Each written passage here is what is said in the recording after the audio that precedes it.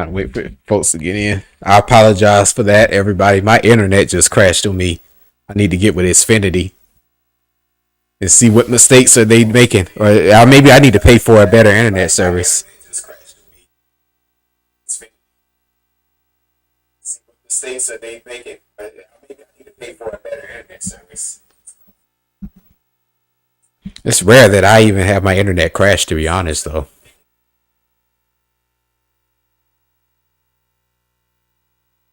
Yo, what's up, Alex? I thought actually YouTube probably didn't. I mean, it was kind of acting up a little bit. It kept saying that I need to lower my bit rates, even though they pretty much, normal. But but yeah, like I don't know, like my internet just all of a sudden started acting up. It's actually very rare that happens. Spectrum? Oh, that's not bad. Man, my Xfinity bill is like $100 a month just for the internet alone. Well, actually, I got internet and I have a landline service, but I don't use the landline service for anything.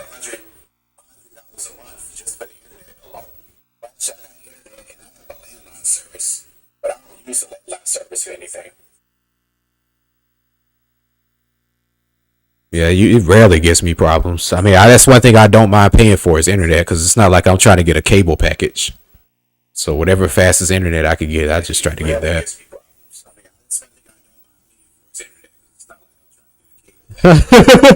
Yeah, that's what I wanted to really get on here and talk more about, man. Yeah, that dude, like that was the craziest shit that ever happened to me in my life, and like, man, I'm telling you, like I said, this is only the beginning. Like, dude, like I could tell you about so many crazy stories in my life, like dealing with police, dealing with like gang issues.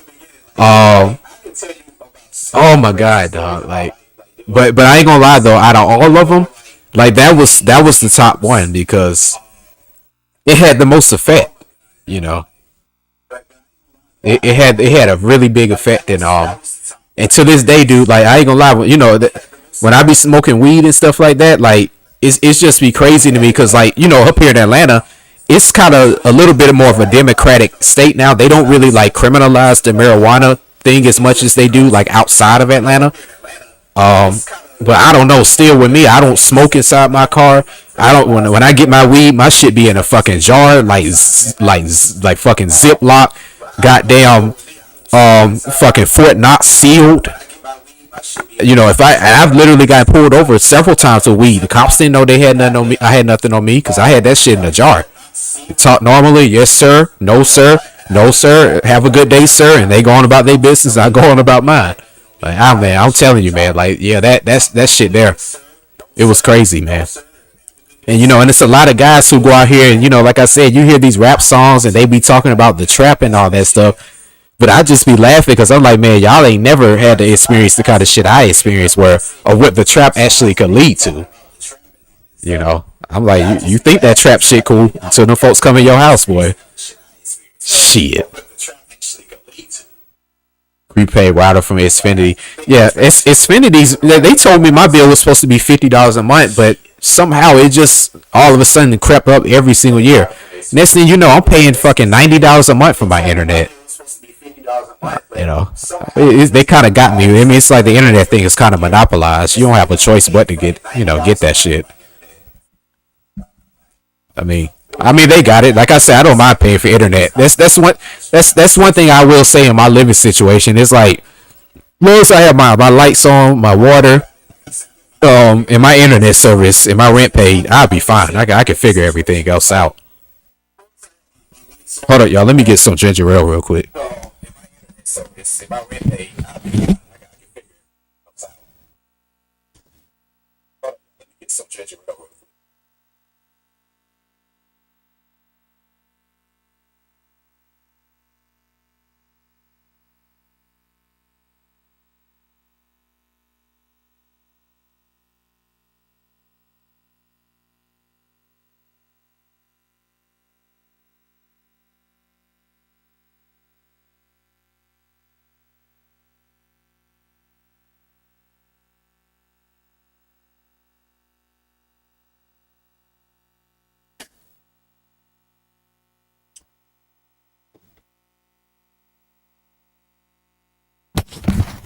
And another key component to that story that I kind of wanted people to get out of that is I wasn't scared. I didn't just like start telling like, oh my god, my college career is about to be ruined.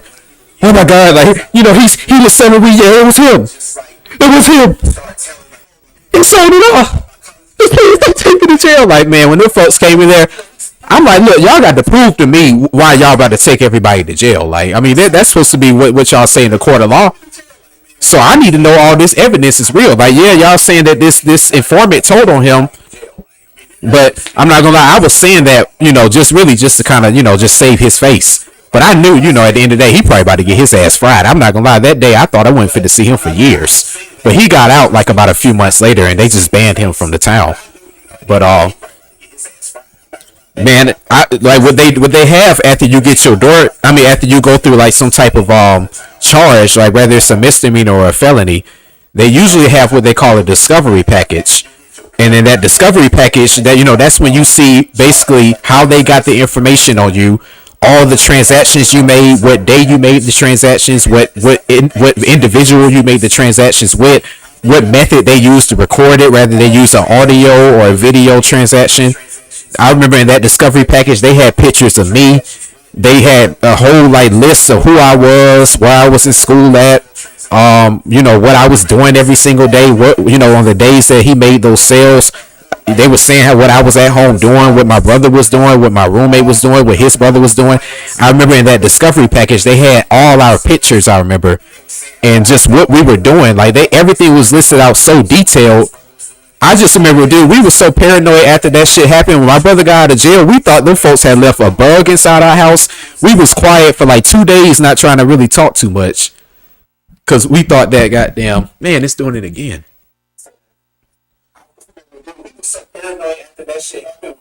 All right. Yeah, man, we were scared. I ain't gonna lie, we were paranoid as hell after that shit happened. We were paranoid as hell. I remember I thought they left all kind of cameras and fucking microphones inside our house and everything.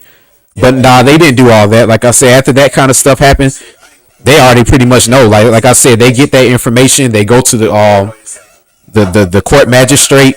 They say, listen, we got this guy on all these sales charges. We had an informant, give us this money.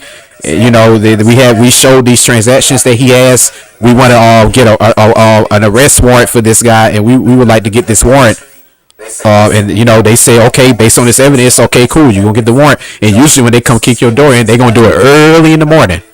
And they came in. I remember it was at 7:30. I remember my other friend, when they kicked his door in, they kicked his door in at about 7 in the morning too. They kicked this shit in at like 5:30. It's damn sunlight wasn't even up when they kicked this shit in. The sun at least was up when our shit got kicked in.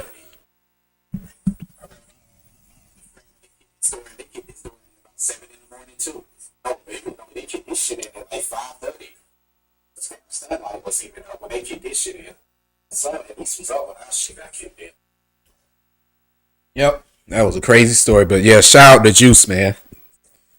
Shout out to him, because I remember he was bucking so hard. The dog that they brought in there, it was a sniffing dog. He wasn't one of those attack canines. That dog got scared as hell when he heard Juice bucking. That dog got scared as hell, boy. I remember that dog started whimpering. That's what they was like, sir, we're gonna shoot you down. We're gonna shoot your fucking dog. Calm your fucking dog down. Yeah, man. That's what they was like, son, we're gonna shoot you down. We're gonna shoot your fucking dog. Calm your fucking dog down. Oh, man. But what's crazy? Like after that situation happened, I had like 10 other friends go through that same situation. Matter of fact, it was one friend I had. It was about 4 years later. It was a year before. It was actually the semester before I graduated. I had a friend named Austin. It was an old country ass white boy that was from down there. And I remember I had one friend, that was from up here. He basically was like the supplier. He was like my other friend Williams. And but like I said, I told my one friend that was down there at that time, I said, look, like I already know basically what's gonna happen to you. You're gonna go down here, you're gonna have all the best weed, you're gonna sell it to these locals, they gonna get it from you, they gonna think they these dope boys and stuff, they gonna sell to the wrong person, they gonna tell, and then when they get that one person, y'all whole thing is gonna collapse and they gonna come kick y'all door in and they finna arrest all y'all and all y'all finna get a felony probation. And I used to tell my friend that he used to get nervous as hell. And randomly, man, I remember he had just dropped out of school because he started to see it was getting hot. And he dropped out. I remember it was the end of November, right before the fall semester had ended. But his friend Austin still was selling. Like I said, I was buying weed from him. And I remember one morning I got up and I had just saw a whole bunch of cops outside my front door, and they were asking a bunch of students questions and stuff. And I said, "Uh-oh, that ain't good." And my street niggardry senses had started to kick in, and I started to realize, okay, if the police riding around here and they asking questions, more than likely they asking questions about Austin because he's the big seller around here. And I remember randomly I called him, and he didn't pick up the phone. And I remember he had called me back later that day. He used to have this old country accent. He was like, "Yo, what's up?" He was like, "What's up, bro? What's going on, bro?" And I was like, "Yeah, Austin, man, you might want to be careful, bro, because I saw 12 out here. Them folks was like asking folks a bunch of questions. Like, you might want to be careful. Like, they might be on to something going on with you." He was like, "Oh, damn." He was like, "Man, appreciate the lookout for me, bro." Man, mind y'all, that same night, I just so happened to be in my fucking living room smoking, chilling. And I just had looked out the window randomly. I don't even know why I looked out the window. I just peeked through the blinds, and I saw him out there talking to somebody. Next thing you know, I saw like about 7 trucks pull up. He was talking to an informant. He didn't even know it, but I saw like 7 trucks pull up, and a whole bunch of SWAT team people came out. And next thing you know, they had arrested his ass. They ran up there in his apartment, swatted through his whole shit. And I was in the house just smoking. I was just thinking to myself, like, oh shit. Like I said, I didn't even want to open the door because I'm like, they might smell weed in my shit. But he had to got locked up after I had just talked to him earlier that day and told him, like, bro, you might want to be careful because some had just kicked in me and made me say to him, like, they might be on to you, bro. And sure enough, that same night, I just so happened to look out the window and saw him getting arrested. I saw that at least like 5 times when I lived in Statesboro. Just kicked at me and made me say to him, like, they might be on to you, bro. And sure enough, that same night, I just so happened to look out the window and saw him get arrested. I saw that at least like 5 times.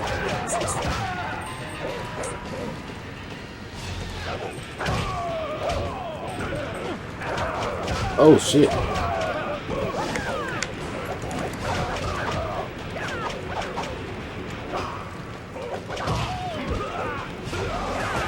Damn, this nigga won't carry you by.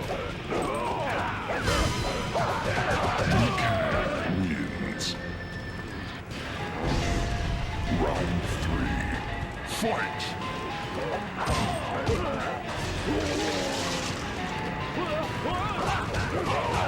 Oh, I had to cheat him right there. I really didn't want to get him like that. That was kind of unfair.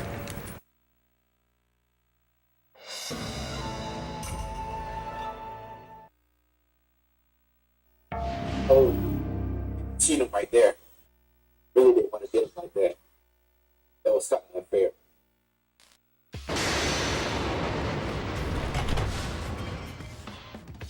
Round 1. Y'all want to hear another crazy story? We call this Mortal Kombat and Crazy Stories. Oh shit, Mola, god damn. I forgot how strong he was.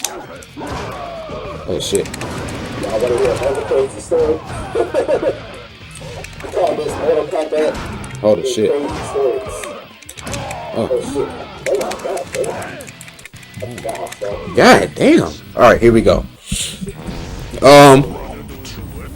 Like I said before, I think I mentioned this in my older video, but in my older stream, not older video.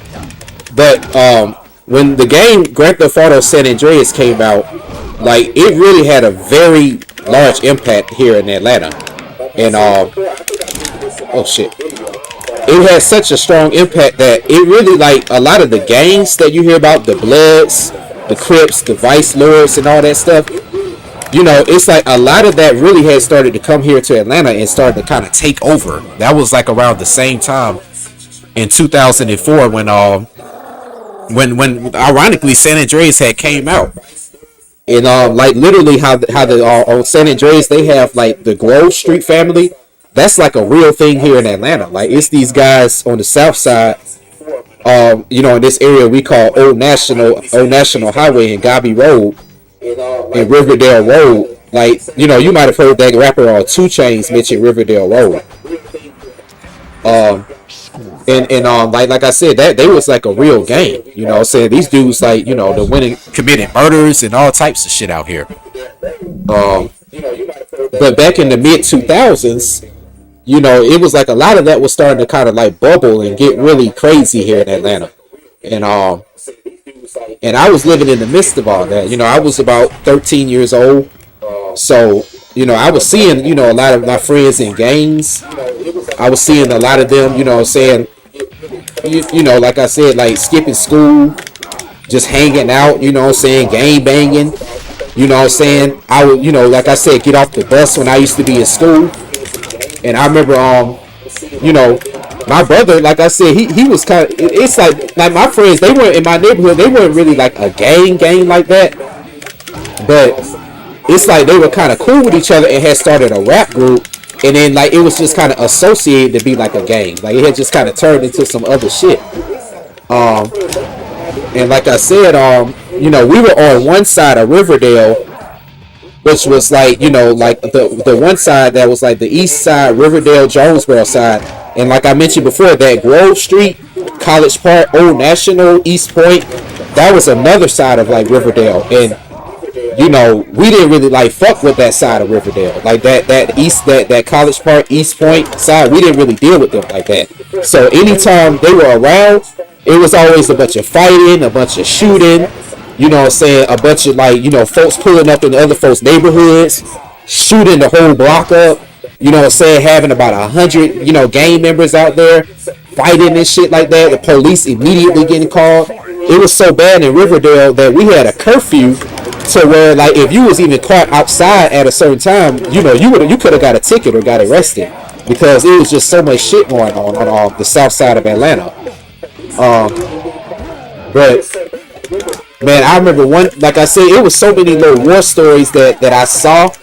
Like I said, I wasn't involved in the game, but like I said, all my friends were, and my brother was fighting with them folks. So by default, because he's fighting and shit like that, and I go to school, people like, damn, like, bro, I heard what your brother did, and I heard what your friends did, and such and such and such and such, and then like, he did that with my partner and them, like, and they would be over there, trying to talk about they little neighborhoods and they side and shit like that. But because I'm associated with certain people, like certain people really didn't even look at me, like I was A1. So it kind of had me in a lot of little conflicts sometimes, but yeah, it was a lot of that going on. I remember one of the craziest stories with that. I remember one day it was in February of 2005, and I remember I was just at home chilling that Saturday. We had just got back from my cousin's basketball game, and it was already a bunch of issues going on in the neighborhood where, like I said, those guys from that other side of Riverdale, they were always like coming to our neighborhood. And when I tell you, dude, they remember how in the beginning of this scene in Mortal Kombat, how y'all saw all those warriors jumping out and fighting each other? Like, dude, it used to literally be like that in the streets. I remember, like I said, like it would be like hundreds upon hundreds of niggas outside, saying like, yeah, what's up? Yeah, nigga, this hit squad. Yeah, nigga, fuck this, fuck that. Like I said, you would literally be seeing hordes of niggas out there to the point where, like, I ain't gonna lie, it was so bad to the point I'd be thinking to myself, like, damn, I hope somebody do call the police because somebody out here about to get killed. You know what I'm saying?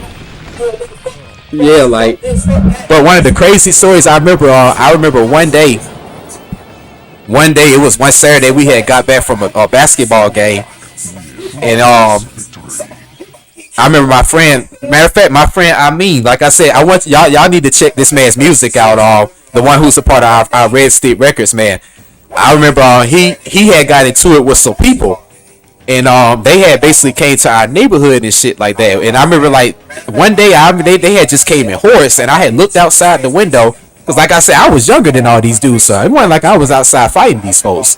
But I remember man, like I said, that dude Ameen had got into it with some people to where all these folks came to our neighborhood, And man, dude, like when I tell you, it was like I went outside. Like just imagine, like you go outside the street and it's like a riot outside. It's a whole bunch of people.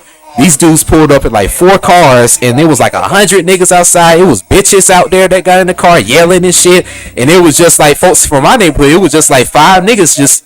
They was like walking up, you know what I'm saying? You know, my friends, they was just kind of walking back because these folks had bats. You remember, you know how like it is on Streets of Rage, like how you fighting this shit, and the characters got bats and shit like that. These dudes had bats and shit like that. That shit was crazy. I mean, somebody could have got killed out there that day, and it was only like 6 of my friends, you know, really just trying to hold down the neighborhood. It was like literally a scene out of Streets of Rage, and dude, I remember we had a friend named AB. God rest. Let me pause this real quick.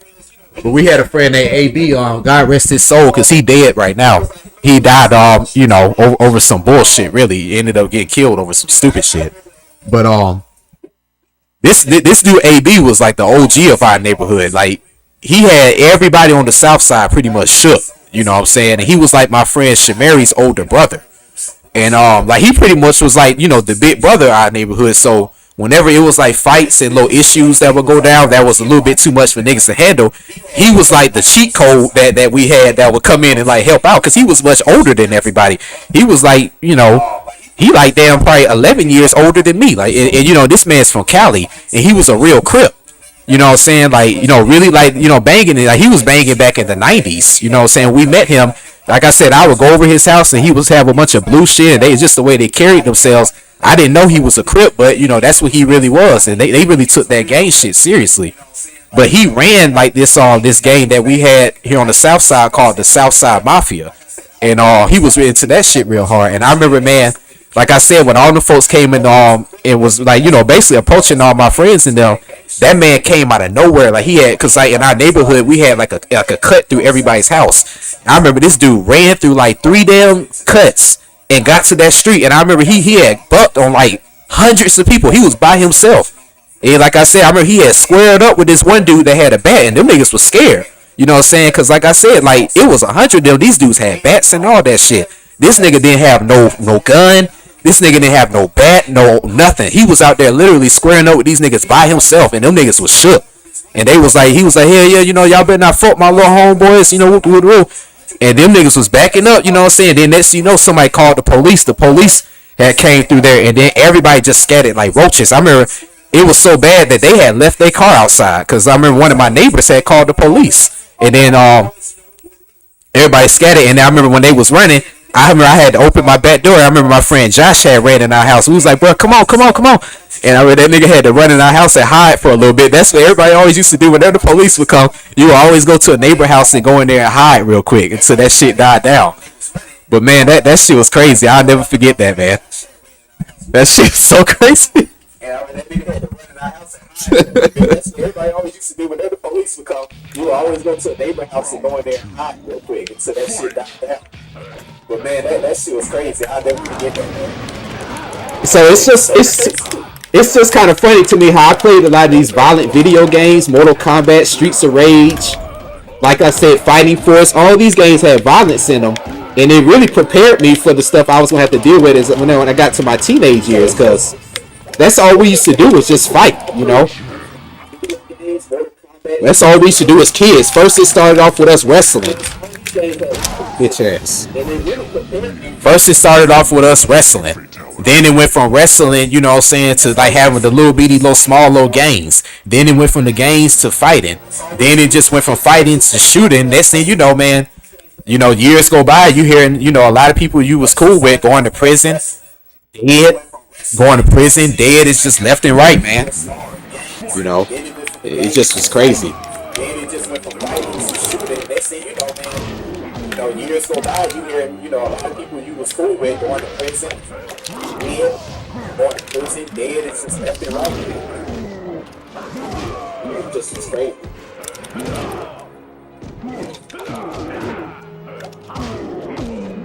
As a matter of fact, I was just thinking about that the other day. Like a lot of the main childhood friends that I was hanging out with that was around my age, like I said, the main guys I was hanging out with, like 2 of them are dead right now. You know, one of them died in a car accident, And then my other partner, Divine, he got killed, getting into it with somebody over. I don't know what the hell the situation was about. It was some bullshit, man. But that happened when he moved up north. He moved up to Kentucky. That didn't even happen here in Georgia. And then my other partner, Divine, he got killed, getting into it with somebody else. I don't know what the hell the situation was about. It was some bullshit, man. But that happened when he moved up north. He moved up to Kentucky. That didn't even happen here in Georgia.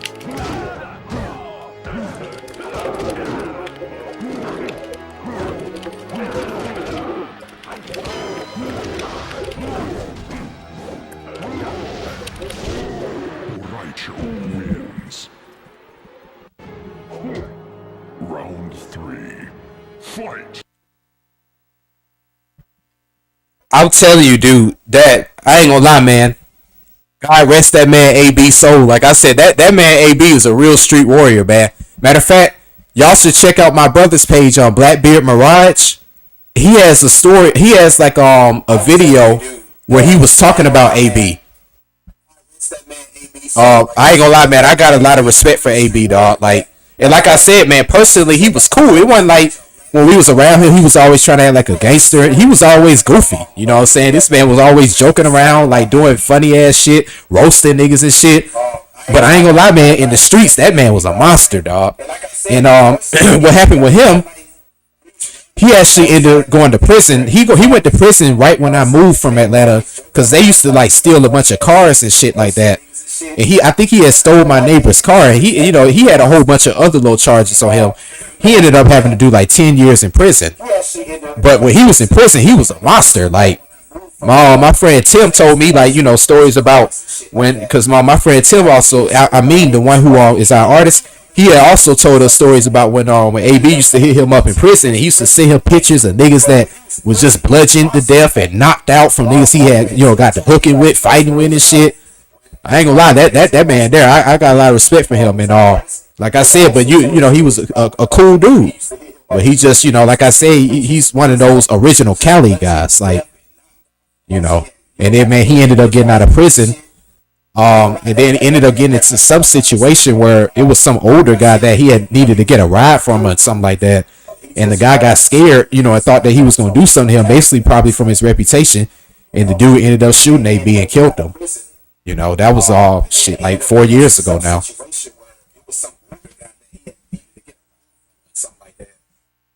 Scared, I thought that he was going to do something to him, basically probably from his reputation. Dude ended up shooting AB and killed him. That was shit like 4 years ago now. Yeah, so rest in peace, my boy AB. Like I said, I never forget that I never forget when he did that though. He ran. Like I said, one day I'm gonna go to Riverdale and I'm gonna actually show y'all a video of our streets and how all that stuff is set up and show y'all like how he did it. This man literally ran. I remember he was at his house on the 3rd Street. He ran all the way from the 3rd Street. I just remember seeing him cutting through like 2 people's yard. And these niggas, like I said, was coming up and approaching, my brother and them. They was just out there trying to hold it down. And this man literally, like I said, these folks had bats and all that shit. This man literally had no weapon on him, no gun, no bat, no nothing. He was literally squaring up with like 50 niggas by himself. And these niggas was scared. They was backing up and everything. Like I said, I remember he was just like, hell yeah, y'all niggas already know what time it is, nigga. This the mafia, nigga. Y'all niggas already know what time it is. Y'all better not fuck with my little partners and them. And them niggas was just backing up. Them niggas was just like scared as hell. I never forget that shit, dog. That nigga actually saved out. He saved my brother and them life that day. Them niggas could have died. Somebody could have got beat to death with a bat. Somebody could have got shot. Like, I ain't gonna lie, man. I got a lot of respect for AB, man. Like I said, like, that's why I don't be having fear. Like I said, like when our door got kicked in that day, I just don't be having a lot of fear in situations because I seen a lot of shit. I seen people go through some real shit and all. Like I said, man, I seen guys actually hold their ground in the worst types of perils that you can imagine. That's why I be really liking these video games because I be feeling like this stuff relates to real life. Like this stuff ain't just some mythical, magical stuff they making up to entertain. Like this relates to real stuff in real life. That's why I be really liking these video games, because I feel like, this stuff relates to real life. Like, this stuff ain't, just some mythical, magical stuff that they can entertain. This relates to real stuff in real life.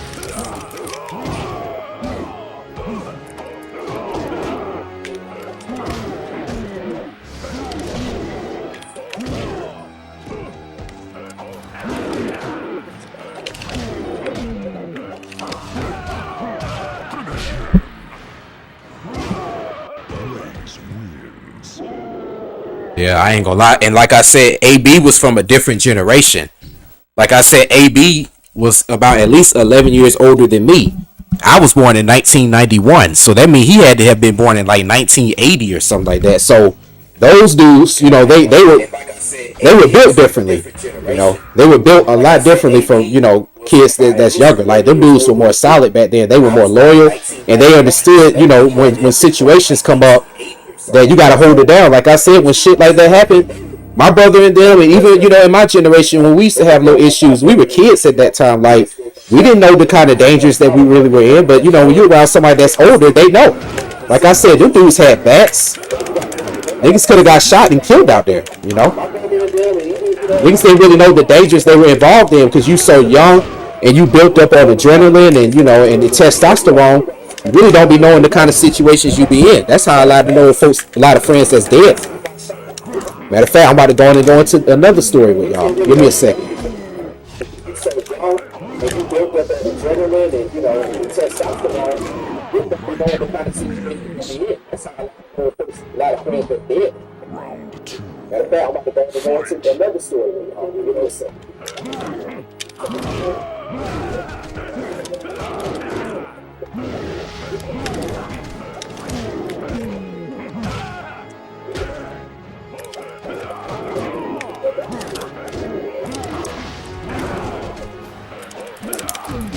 Yeah.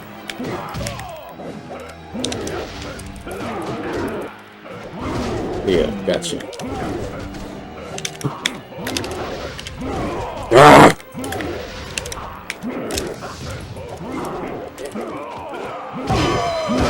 My God.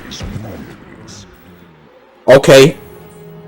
Now, the story I just told y'all, that spawned a lot of shit, a lot of wars between that our side of Riverdale and that other side. Like I said, matter of fact, the story I just told y'all know. Do y'all remember that rapper Waka Flocka that came out with that song? Oh, let's do it.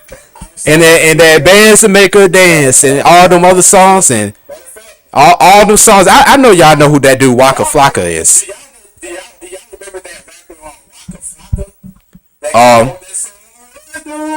Basically, that Grove Street that you see him talking about, like that side of Riverdale was like I said, the side that we didn't get along with, Basically, that street that you see him talking about, like that side of Riverdale was like I said, the side that we didn't get along with. My cousin actually knows and went to school with that guy. And the guy that was in that song, "Oh Let's Do It," Lil Cap. I'm actually trying to get up with him so that my boy Ameen can make a song with his people, or him at least.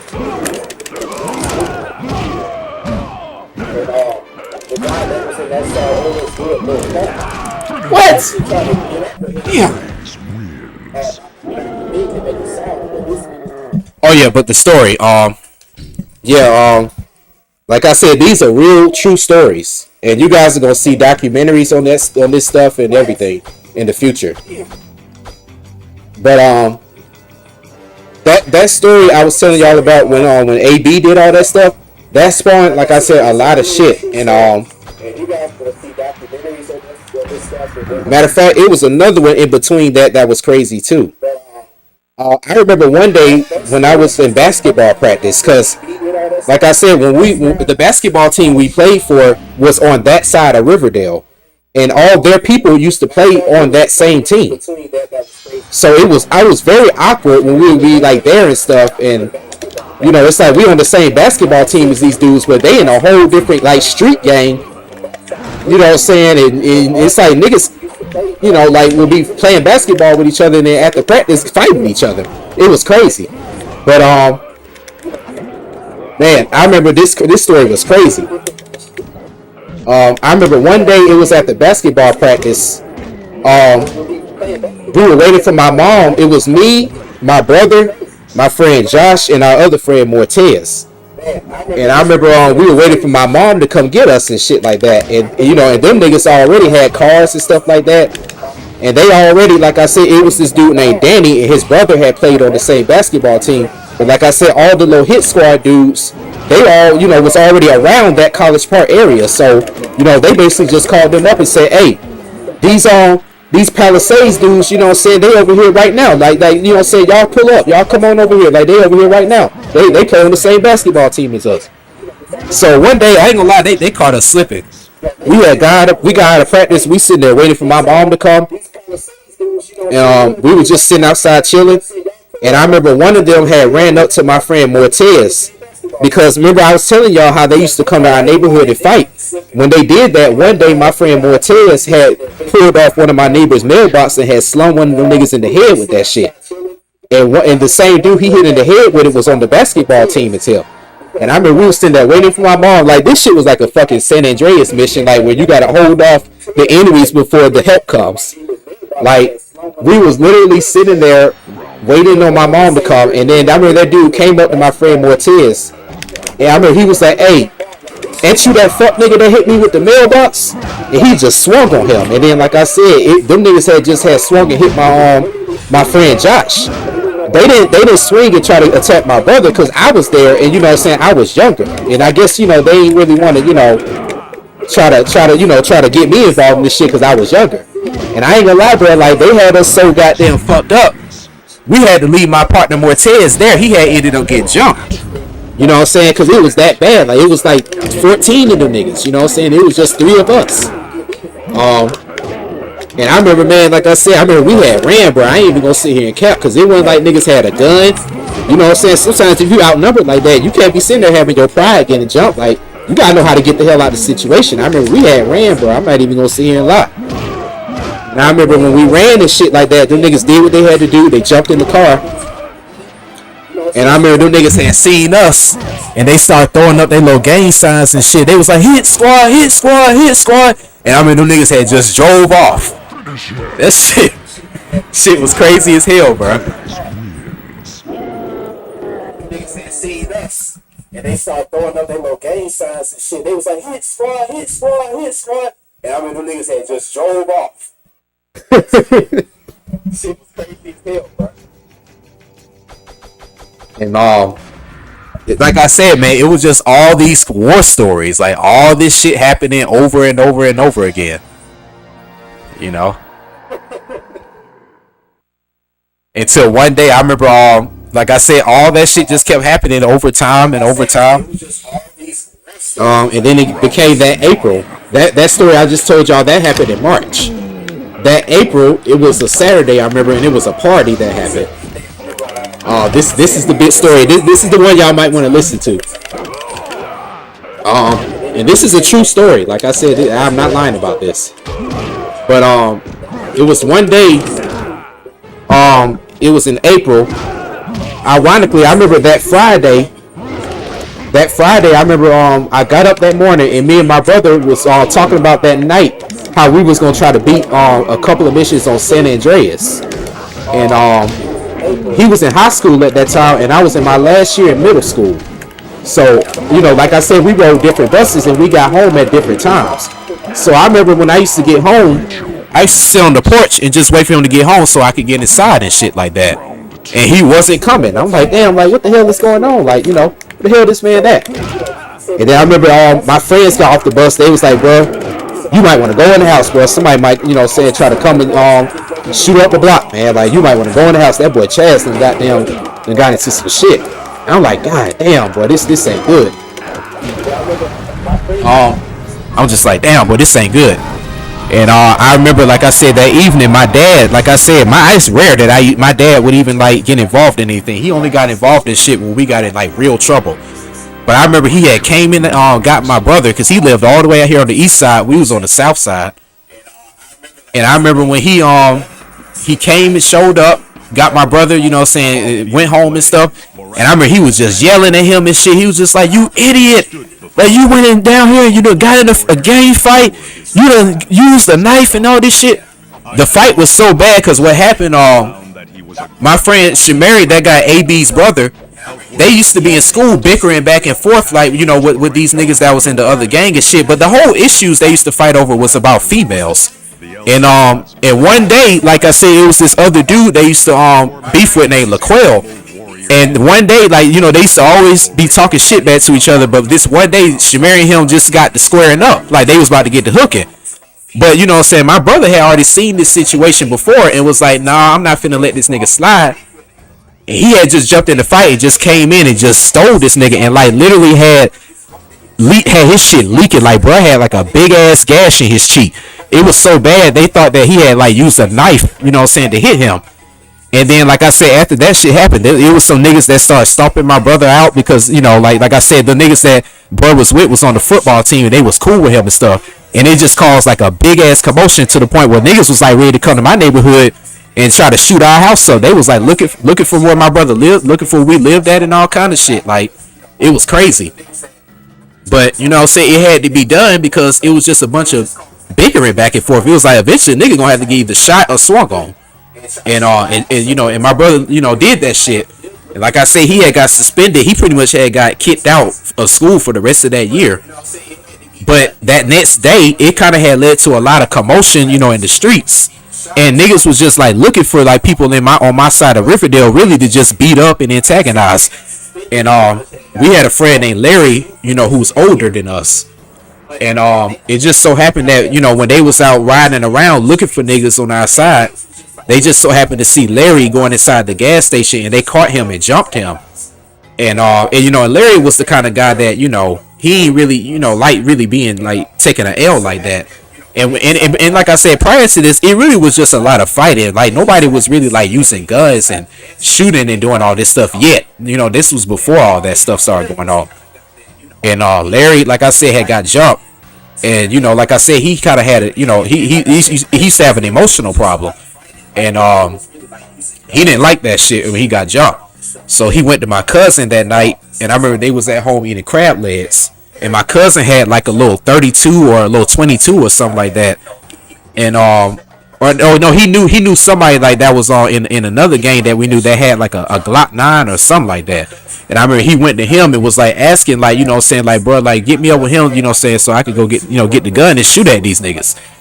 And my cousin, you know, didn't think he was really gonna do it for real, but he kind of was just like, you know, following along with him to kind of see what bro was gonna do. But man, this man went up to this party where he had saw the dudes that jumped him at. It was at right down the street from my high school. Mind you, this was the day before my brother had got in that fight, so it was already a lot of commotion going on with my brother too. But he got to the party, and I think it was a Glock 9 he had. And I remember he saw them dudes, and you know, saying the little gang that, you know, saying, or really the rap group that, you know, we basically was like, you know, part of our neighborhood was called Amp Squad. And you know, but niggas kind of turned it into like some gang shit. And I remember when he pulled up, he was at the party and shit like that, and he saw them, and I remember he was like, "Nigga, this Amp Squad, bitch." And he just started boom, boom, boom, boom, boom, and just started shooting at them dudes. I mean, he was shooting really at anybody that was around. I wasn't at the party, but this is from what I was told. But, you know, these dudes already was some certified street dudes, and these dudes had AKs, and they had all that shit, you know what I'm saying? Like, didn't nobody know nothing about nobody having no AK. This is like shit we just saw in video games. Like, niggas didn't know that niggas was having this for real. But one of them dudes had an AK, man, and, you know, shot Larry up, bro, and like, he had, you know, left Larry there. And then my friend Shamari, his cousin, I remember they was the ones that had kind of like came with Larry that day. And them boys was sitting in the car, and they was trying to, like, you know, pull off. And them dudes, like, after they did it, they had one of the dudes had like a Glock 9, and he had tried to shoot my homeboy Shakiti in the head, like as they was trying to drive off, because they had did like a drive by, but they had snuck and did it. And like I said, but bro had missed because he tried to shoot. No, the driver was Chris. He tried to shoot our friend Chris in the head. And my homeboy Shakiti was trying to tell him, bro, like drive, like go, go, go. And right when bro pulled the trigger, it was like literally about to take him out of his head. But Shakiti's arm had got in the way. He got shot in the arm, bro.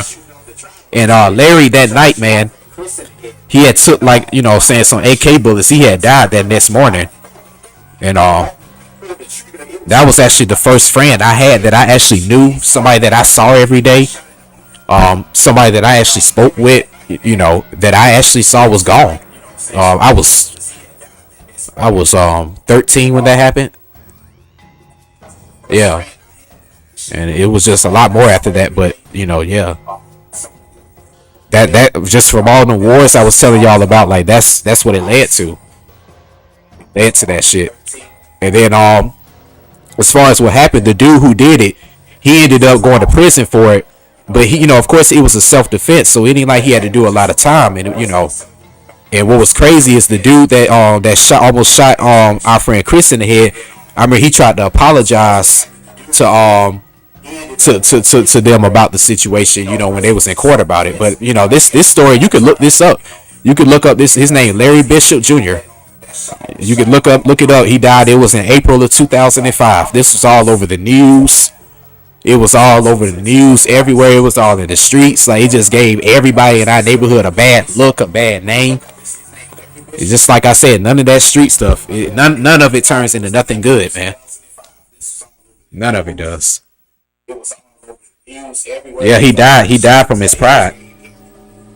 He died from his pride. That's what me and my friend Ameen. Matter of fact, that's why y'all should listen to some of Ameen's songs, because he talks about that.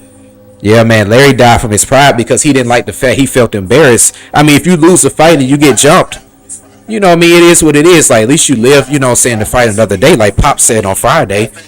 But, you know, it's not worth it to be out here really trying to get in gangs and fighting. It ain't worth it to be out here doing all that stuff, because it's just going to get worse over time.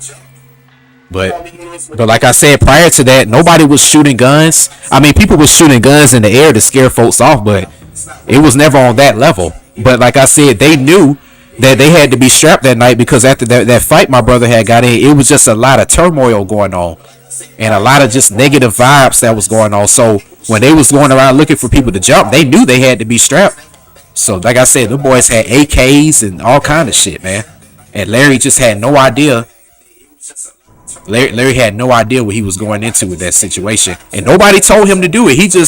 He got there. They said when they pulled up to the party, he got out the car like real aggressively. He saw them. He stood in the middle of it was in the middle of a cul-de-sac. He didn't have no way to really run or try to dodge no bullets. And he literally was just right there in the open. And he just started shooting, bro.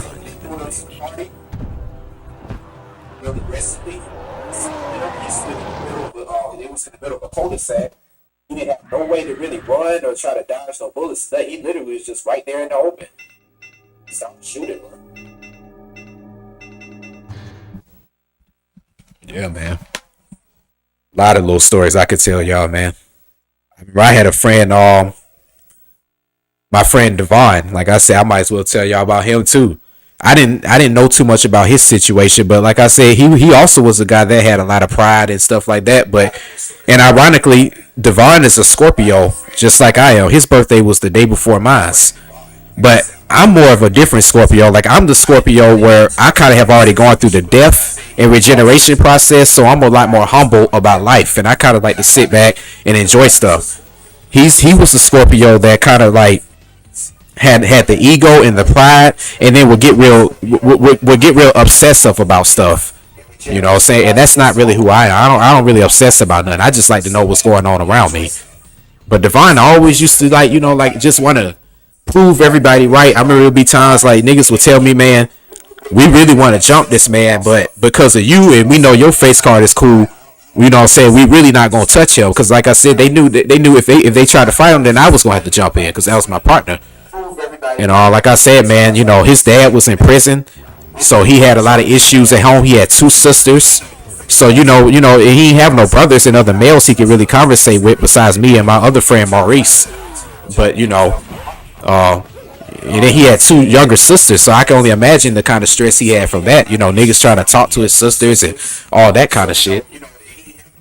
But like I said, I remember he was always good at basketball. When we would have like a little basketball games against other neighborhoods, he would always get into it with somebody, always end up about to fight. And next thing you know, man, a couple of years went by. I looked on his Facebook one day. I saw his baby mama on there said, I didn't set him up. Why y'all blaming me for this? What's going on? And I'm just like, damn, what's going on? And my friend Maurice called me. He was like, damn, bro, I got something to tell you, bro. You can't cry if I tell you this. And I was just like, damn, bro. Because like I said, I mean, I ain't gonna lie. It's like I can't even cry no more sometimes. Like when I hear stuff like this, it's just like, damn. Like I ain't numb to it, but it's just like still like, damn.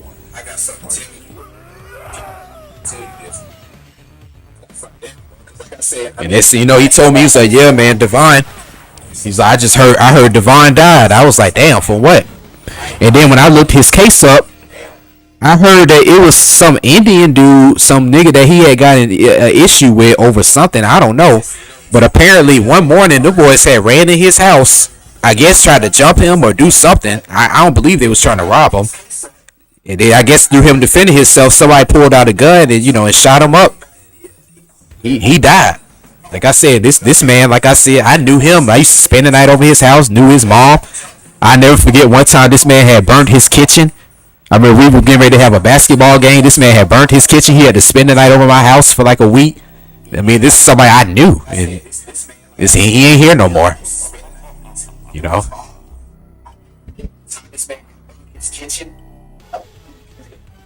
Got his spell down. Got jump once for that. Use that as far.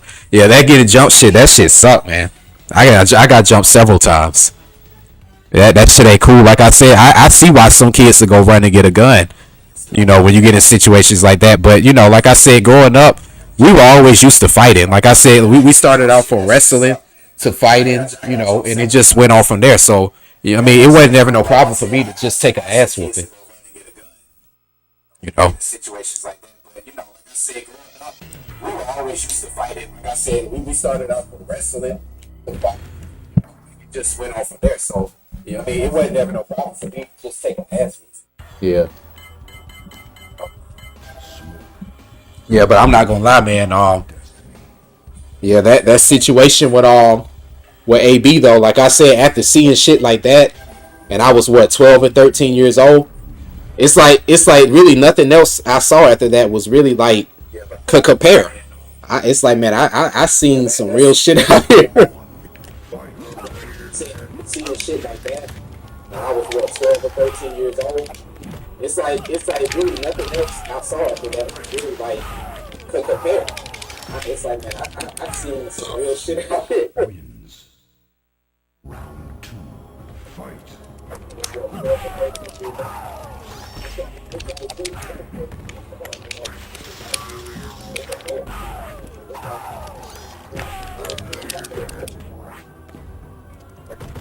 So y'all can understand now why I like video games and why I like just streaming and minding my own business. I really don't have no friends like that. Like I said, most of the guys you see in my chat are pretty much my same friends I've always had.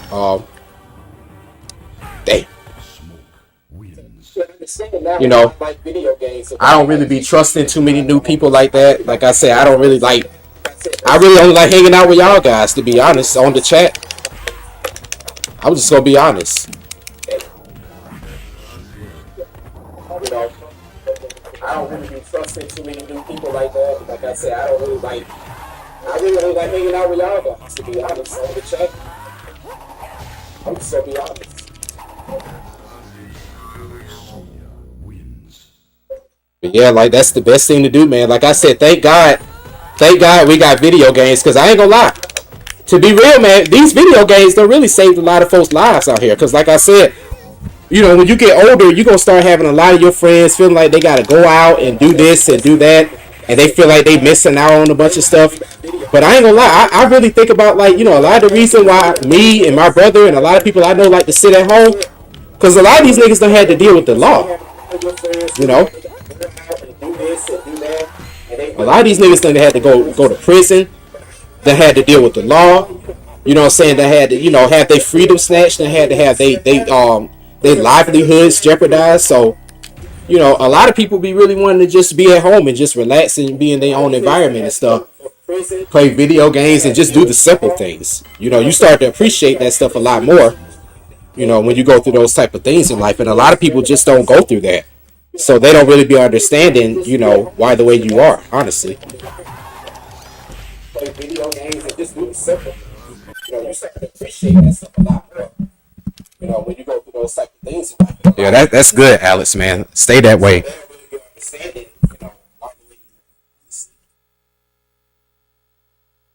My boy Immortal, Alex, yeah, all y'all, man. Y'all please stay that way. Keep y'all circle small.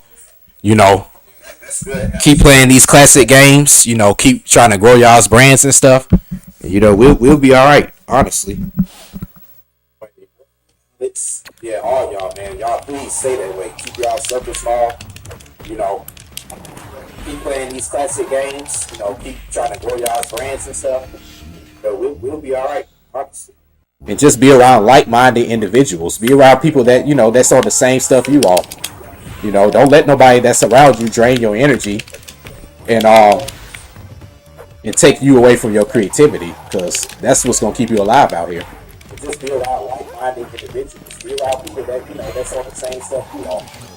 Don't let nobody that's around you drain your energy. Shit. And take you away from your creativity. That's what's gonna keep you alive.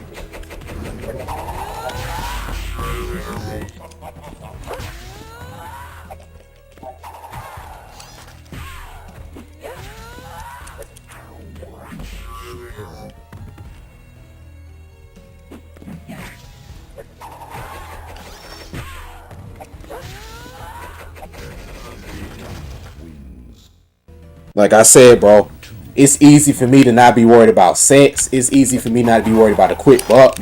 And I ain't gonna lie, I really do connect a lot of that to like the experiences I had being young and seeing a lot of like a little stuff, the stuff I saw in the streets.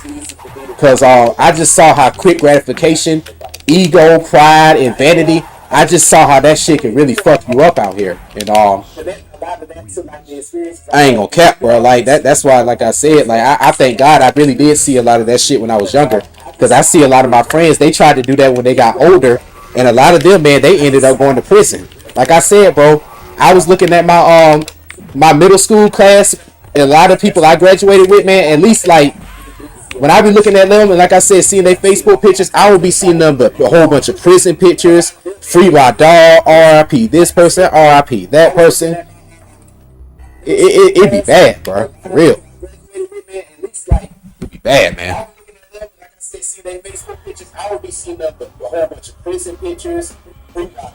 Yeah, that's good, Immortal.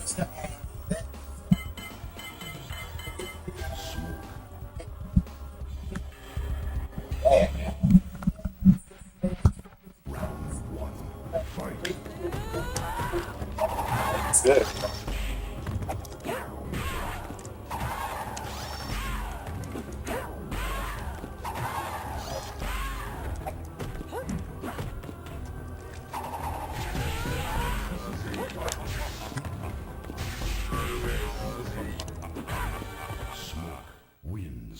Like I said, man, the most simple things be the best things in life. My boy Ameen, like I said, who part of the Redstick. I remember when he lived with me, he used to always say that. And this is after this man done did 7 years in prison. But I agree, Like I said, man, the most simple things. I'm sitting here listening right now. It's a bunch of kids in my neighborhood. I hear an ice cream truck outside. It's like I said, man, just being able to just sit here on a Sunday evening playing games, hearing the ice cream truck outside. I be appreciating shit like that more. It's a bunch of kids in my neighborhood. There's a lot of people I know right now that can't do that shit. Like I said, man, just being able to just sit here on a Sunday evening playing games, hearing the ice cream truck outside. I be appreciating shit like that. Dang. Now they can't do that shit.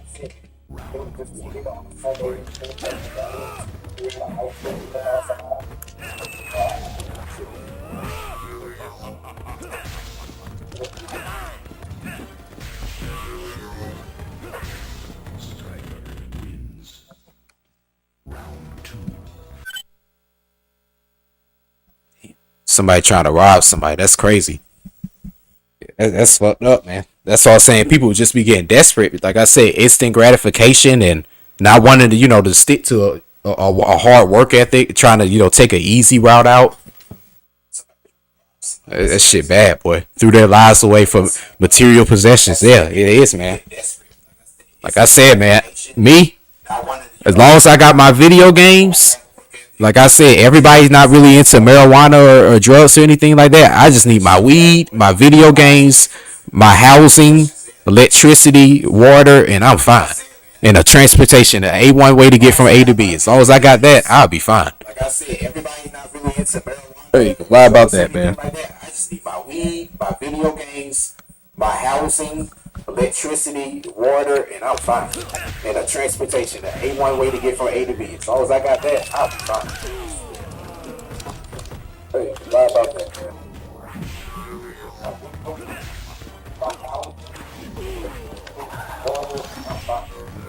Damn.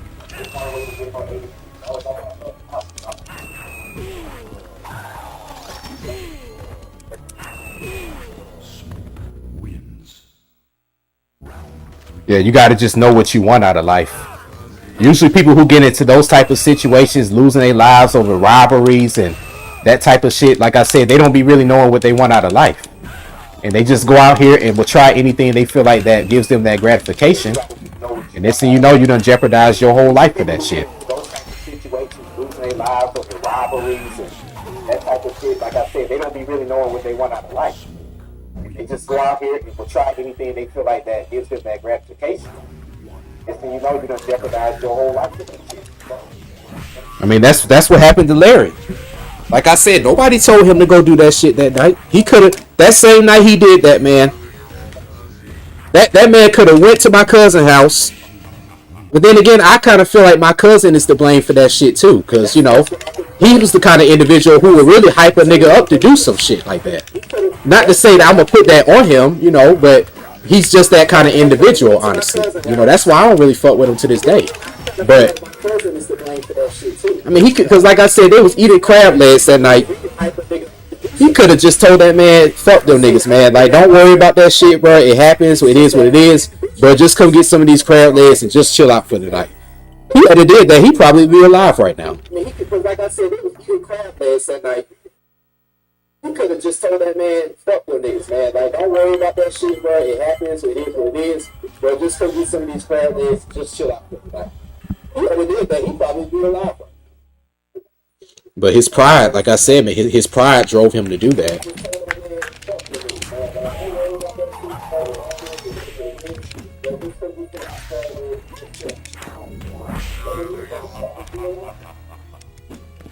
But his pride, like I said, man, his pride drove him to do that.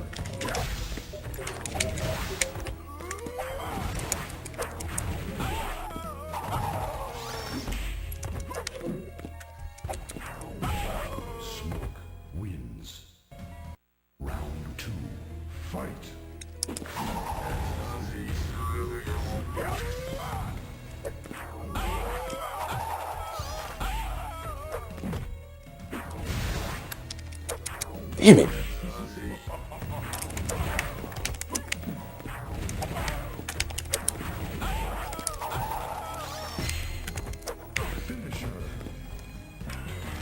This fatality was so lame, but it's like one of the main ones I remember.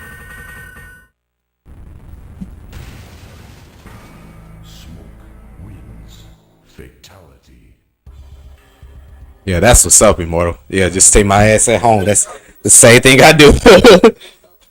Like I said, man, I'm probably about to be just streaming damn near like every day, man. Cause like I said, I'd rather be out here streaming with y'all than to be doing what I normally be doing. Cause all I be doing pretty much be watching YouTube videos and getting ideas of shit I want to do for my streams and my reviews anyway. Might as well be on here just doing this shit every day. You know what's crazy too, y'all? A part of me be feeling like the little town that I lived in, Statesboro, where I told y'all all that crazy shit happened where my door getting kicked in and all that. sometimes I be thinking, you know, I wouldn't mind living down there again, cause my rent was like fucking $400 a month. I mean, granted, I had like 3 roommates. I mean, but it was what it was. Like I said, they were all artists. Had it not been for those roommates, I don't think y'all guys would have had as good of reviews as you had after I did. What review was that? I think that was Rebel Ra I think it was Thunder Strike Operation Phoenix. That was when I had started smoking, and I remember my roommates Jay and James had moved in with us. And these dudes were like true artists. Like I said, my boy James, who drew the Scorpio&Sebek logo, I literally used to see this man. Like I said, he used to eat PB&Js because he was broke just like I was. So he was eating PB&Js, I remember, and spinach. And I remember how this man literally used to fucking, it would be like 11 o'clock at night. I'll be in that kitchen doing something, and I would look in his room. He would be in there drawing some shit, halfway asleep. I'll wake up that morning. It'll be about 7 o'clock in the morning. I look in his room. He still would be right there drawing, like halfway asleep. That dude was a real artist, man. I mean, like I said, this is the same guy that played Sandman and in my Scarface review, and then he played King Pharaoh.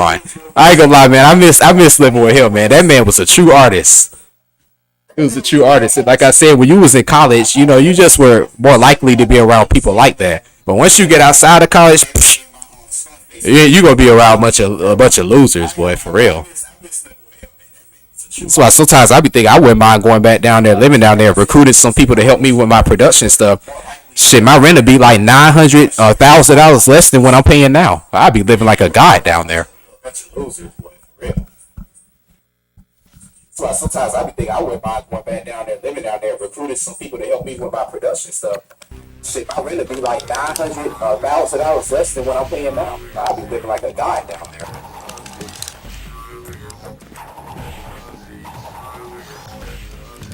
Cause I ain't gonna lie, y'all. I ain't even gonna sit here and cap. If I were to move back down there to that little town I just told y'all about, y'all would see like the most amazing reviews that I think you will ever see in your life. Cause I will have more time to do it. Like I said, my rent will be $1,000 less than what I'm paying now. All I would need to do is go hire some Mexicans, go get a fucking Penske truck, move down there, and like I said, I could be just working on my reviews and shit. I don't even probably have to work if I lived down there. That rent would be so cheap, dog.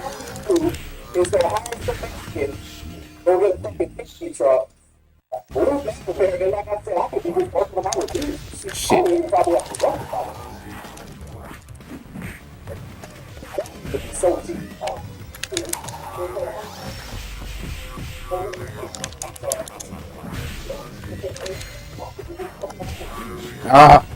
His fatality.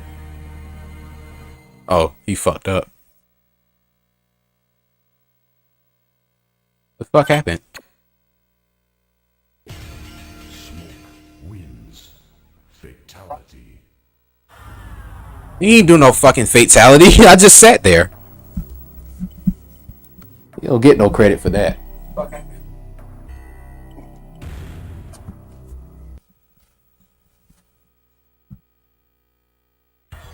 You know, fucking fatality. I just sat there. Don't get no credit for that.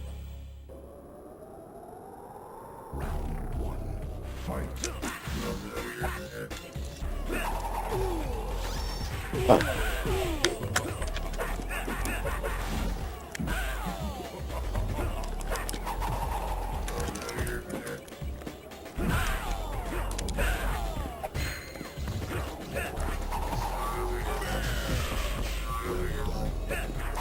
Damn. Wins. Round two, fight.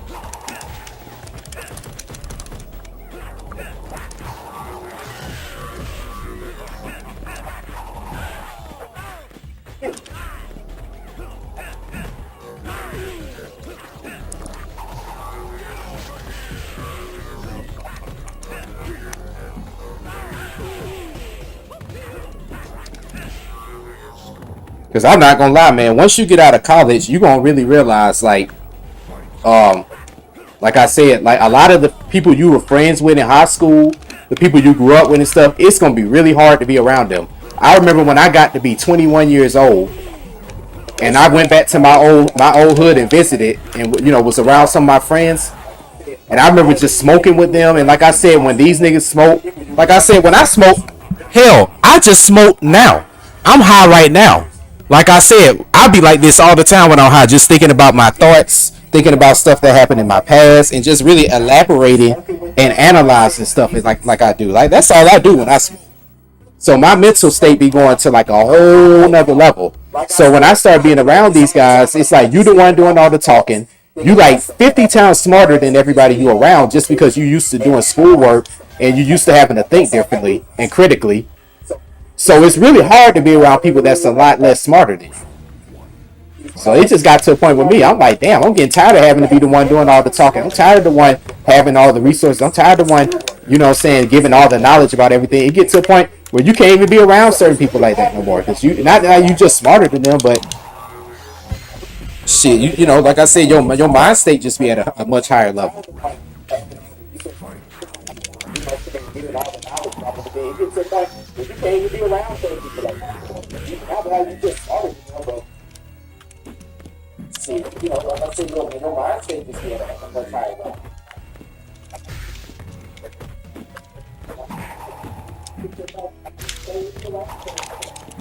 Damn.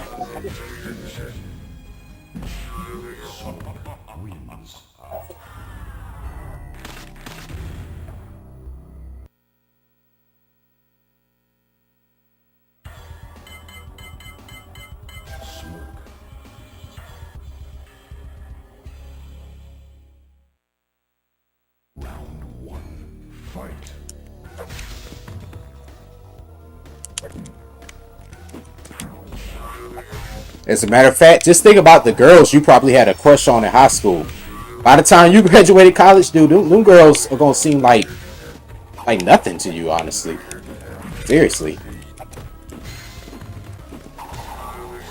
You're not even gonna be impressed by the same things anymore.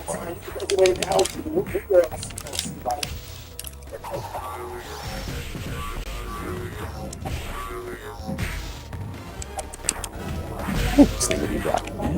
You're not even gonna be impressed by the same things.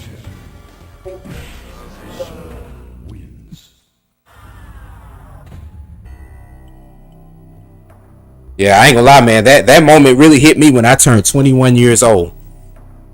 Like I said, because before I kind of used to play the naive role, to try to act like I was dumb or at least accept people's stupidity.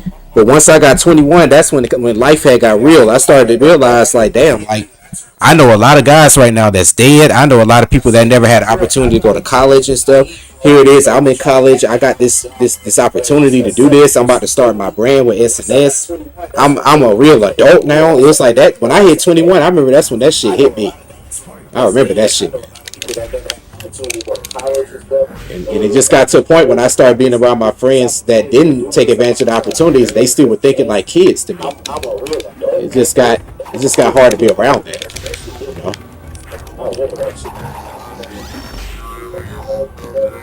It got to the point when I started being around my friends that didn't take advantage of the opportunities. They still were thinking like kids. It just got hard to be around. Wins. Round 2. Fight. Damn. Come on, man.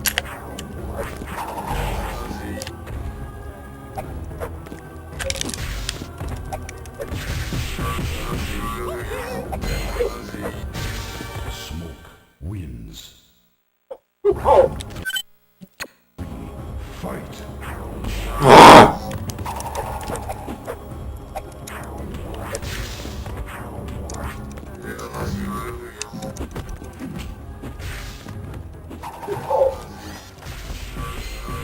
God damn.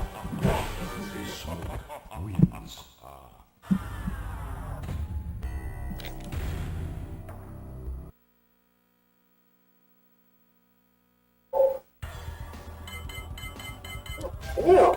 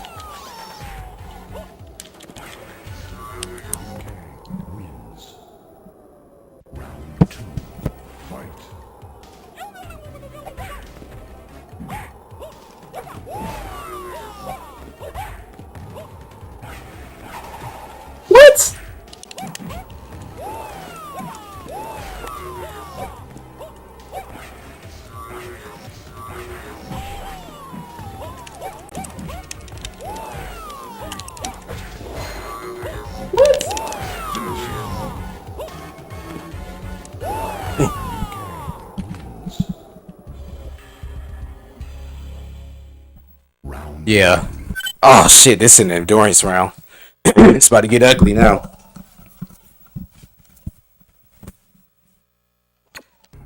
Fight. Yeah. Oh shit, this is an endurance round. It's about to get ugly now.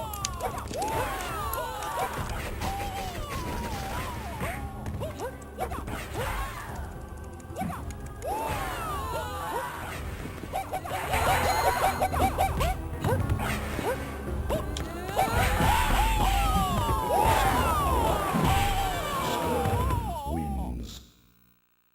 Round 2. Fight.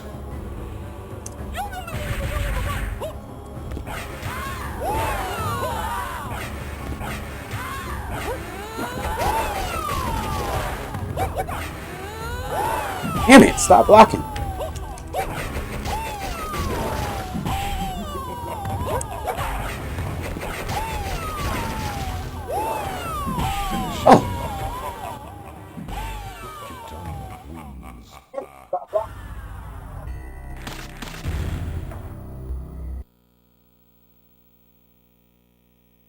Yeah, this definitely is hands down my best stream that I've done to this day.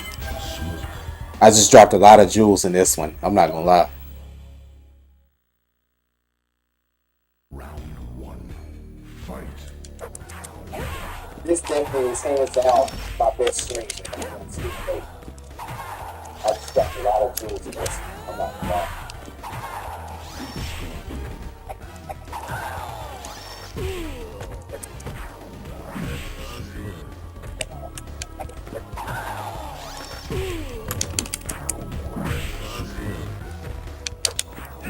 Damn.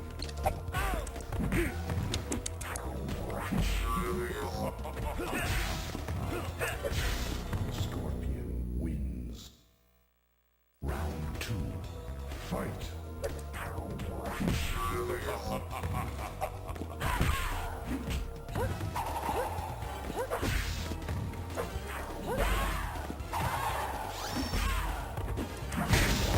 God damn it! Come on, man.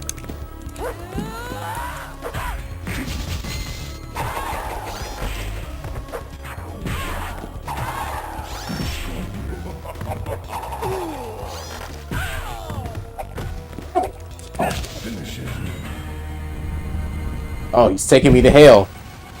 I used to love this fatality. Damn. What the hell happened?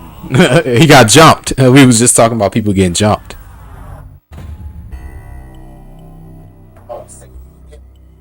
Yeah, Mortal Kombat is hard for me to play, but I grew up playing it, so I kind of used to it. Jump. We was just talking about people getting jumped.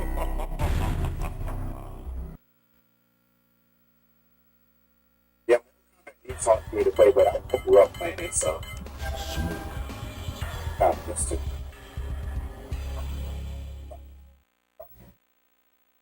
Round 1. Fight.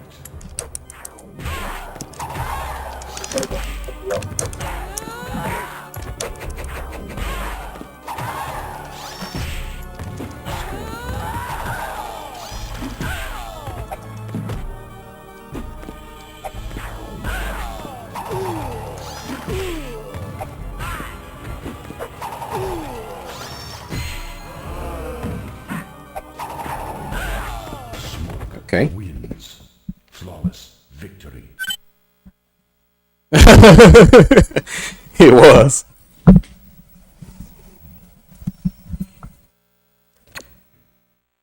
Round 2. Fight.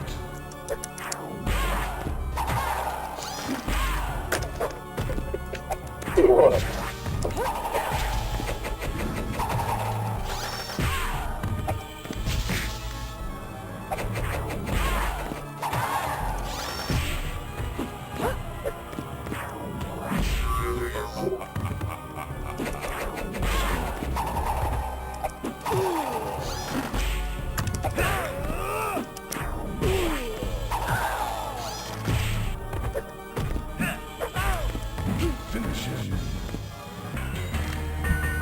Gotta do something back.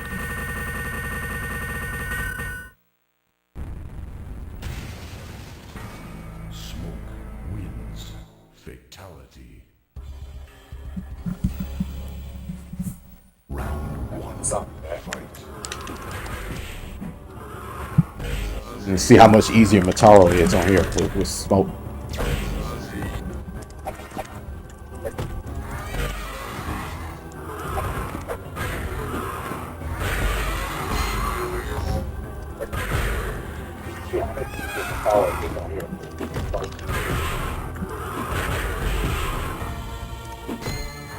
Damn!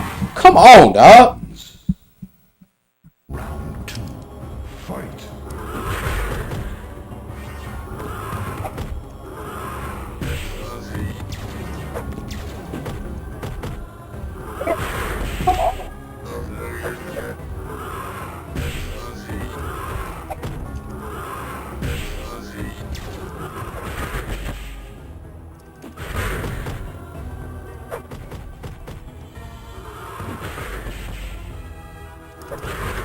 Smoke wins. Round 3. Fight.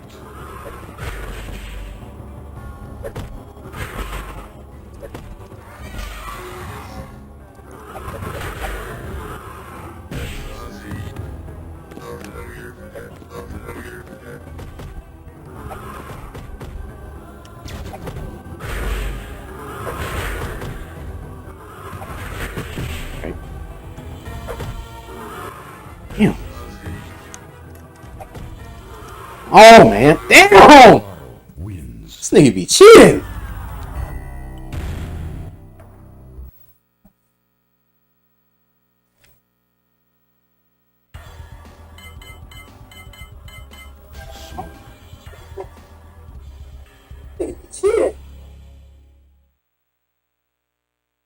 Round 1. Fight.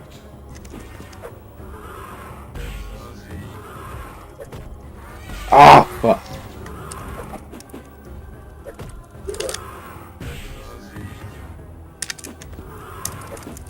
Fuck, man, come on, bro. Mortal wins. Round 2. Fight. Damn! Like, how is my body, my arms going through his body?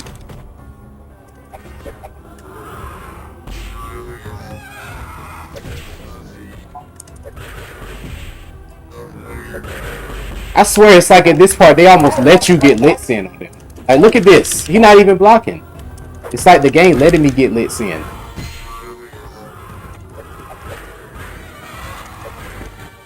I don't know why, but it worked out. I swear it's like at this part they almost let you get lit in. Like, look at this. He not even blocking. It's like the game letting me get lit in.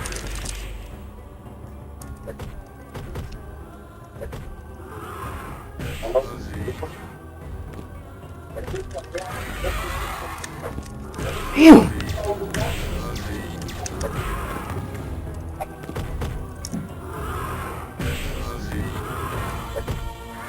Wow, that shit take too much fucking damage, man.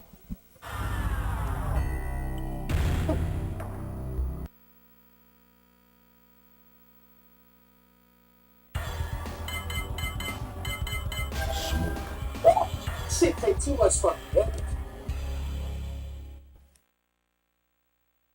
Round 1.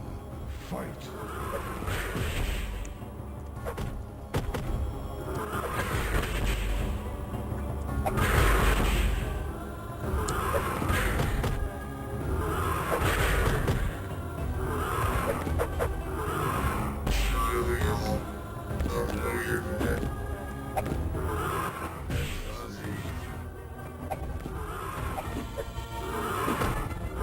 Yeah.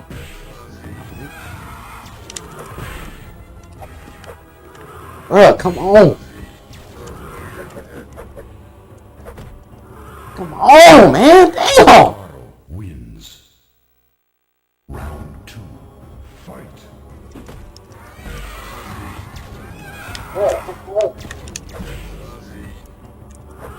I'm gonna beat this motherfucker.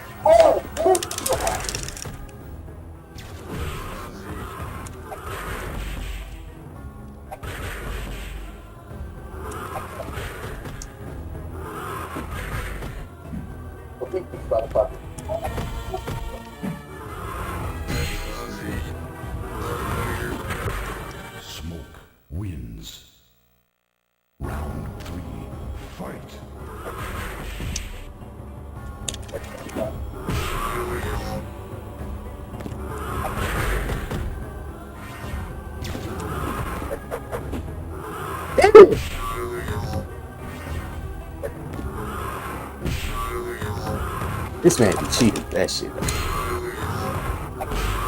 Motaro wins.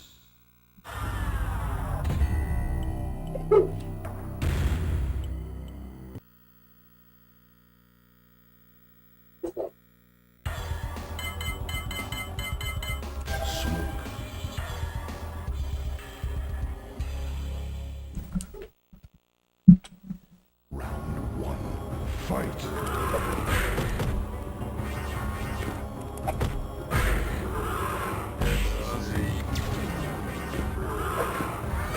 Come on.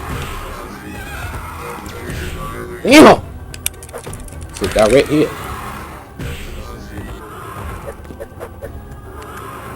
Motaro wins.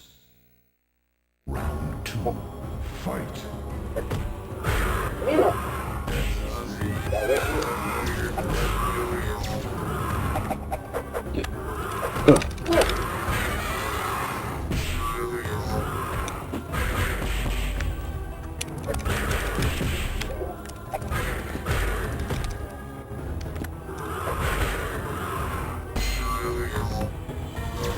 Fuck! Motaro wins.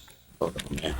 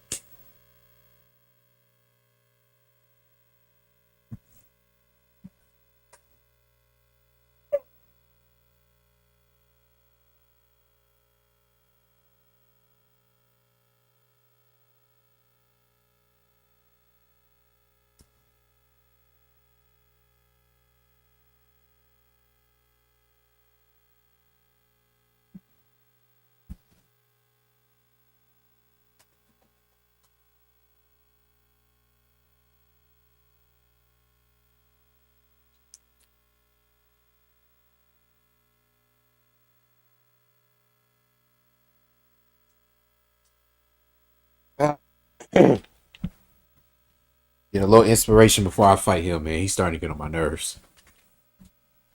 I gotta get a little inspiration.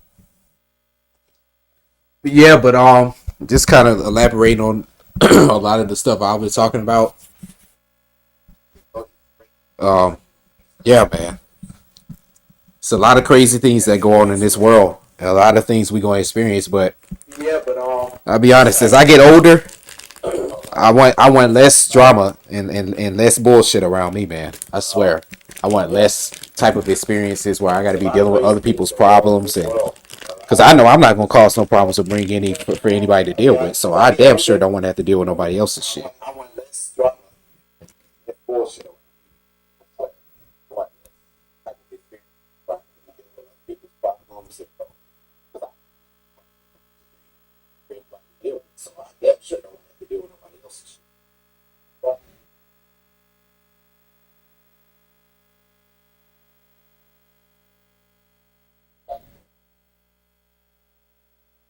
But to kind of go back into that idea with that channel, yeah, man. Just any of the videos you guys have that we could at least start to launch it off with before I start contacting other reviewers about this. Just like I said, just add me on Facebook. Um, I guess I'll probably have to use my Scorpio11Sebek at gmail.com. I think Scorpio11Sebek Gmail is my email that I have for my Scorpio and Sebek Universe account. So all the video content will pretty much be on my Google Drive on there. All I'll have it is uploaded to my Google Drive, and then like I said, just upload it straight to YouTube, and that'll just help people get the exposure, like that they deserve, honestly, because nobody really gives a shit to try to create a community on here for retro gamers. I feel like YouTube deserves that now. So I'll be the one to spark that off, and you guys will be the one to help to help push this thing through. To try to create a community on here for retro gamers, it feel like YouTube deserves that. So I'll be the one to spark that off, and you guys will be the help to push this thing through.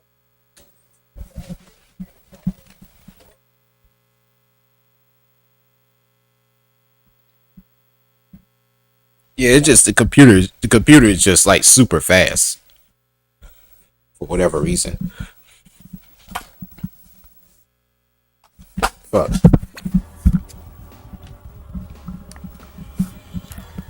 yeah, it's just the computer. The computer is just like super fast. For whatever reason.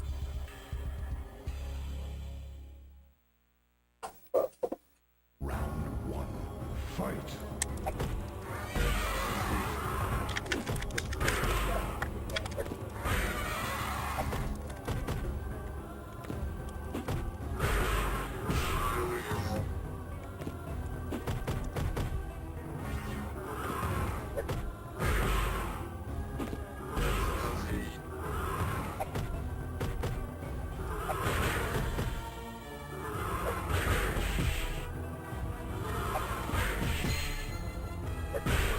Smoke wins. Round two. Fight.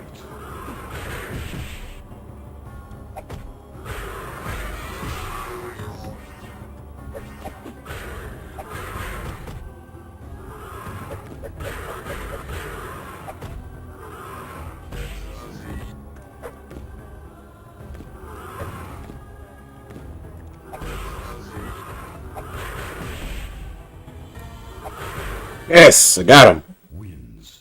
We're on the shell con, finally. Round one. Fight. You're still trying.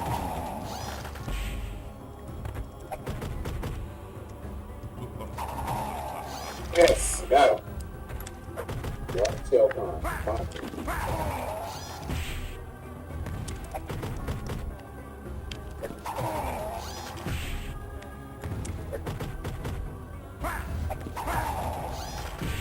Smoke wins. Flawless victory. Round two. Fight.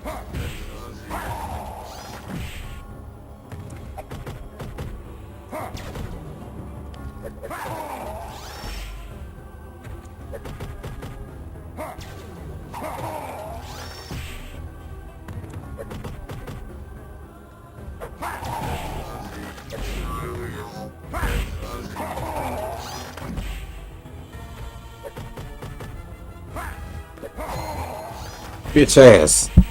First try, baby. How you like that?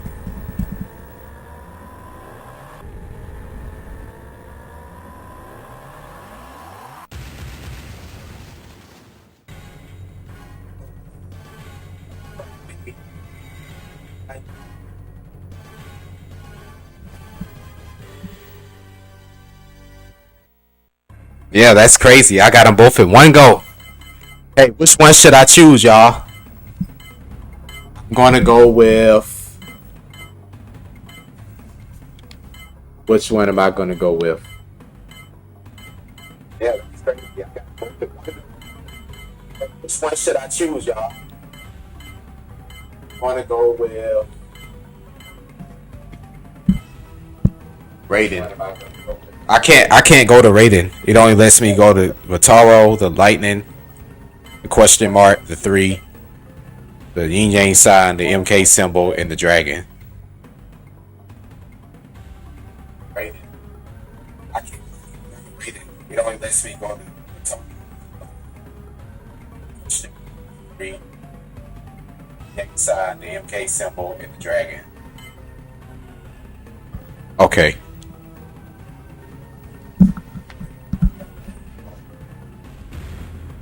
Realm, what? You have been transported to a realm where you have to fight shell cons of the warriors. Okay. What the hell? What is this? Oh shit. This Space Invaders? What the hell is going on? That was Oh. pathetic. You have been transported to a realm. Damn! It's the fastest video game ever made. Well done. Oh shit. Space Invaders? What the hell's going on?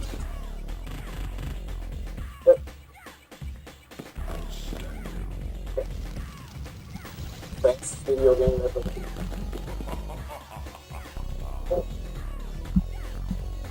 Superb.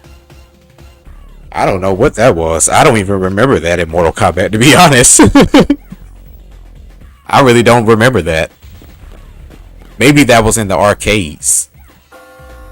I just remember at the MK you could either fight Nude Sabat or like Rain or somebody like that, and or Ermac. That's all I mainly remember.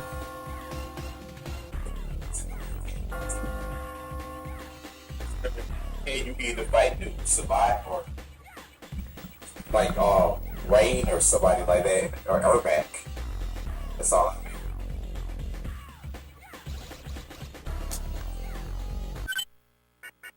This is a great game. Let me see. Let me see what else is on this collection.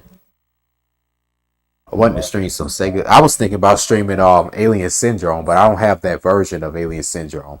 It's like a different version of it because that's a really good game actually. Oh, this is Armageddon. Okay. I remember the Conquest mode on Armageddon was really cool. Maybe I could stream that some other time. I want to try something else right now. Yeah, I remember the Conquest version on here was fun. I remember the Conquest version on Deadly Alliance was cool too. This mode on Armageddon was really cool. Maybe I can stream that some other time. I want to try something else right now. This version.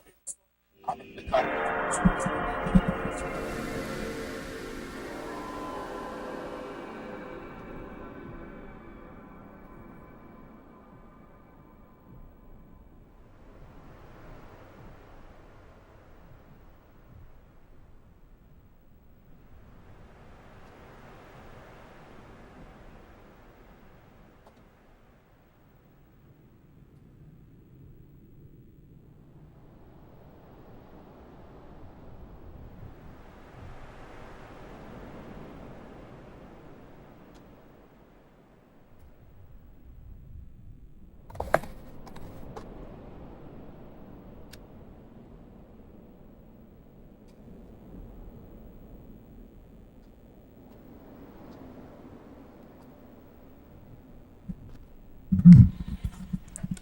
Oh man, another Sunday evening. Got it.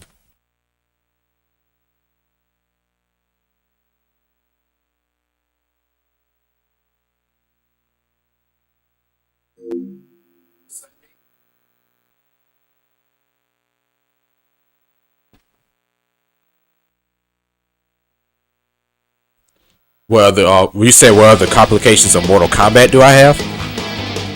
Um,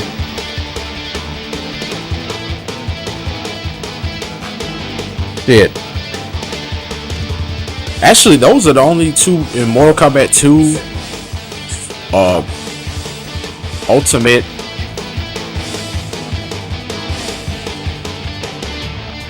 Was it 2 Ultimate? 3 Trilogy.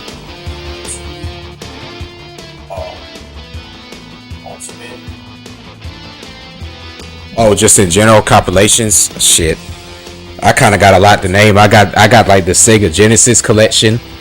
It's got like a lot of games on there. You probably would have to name them. I got the Midway Treasures collection. Mostly all this stuff that I have on PlayStation 2. The classics on that. The Midway classics, Capcom classics. I have the Neo Geo classics. Man, it's a lot of games to name. Like you really would honestly have to just name one.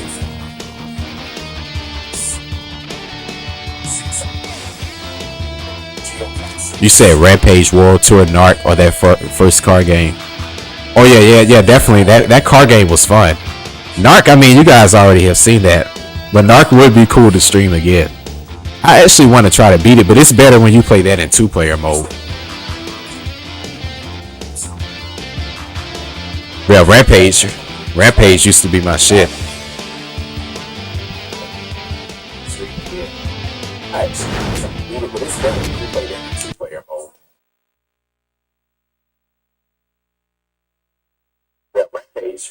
Rampage used to be my shit.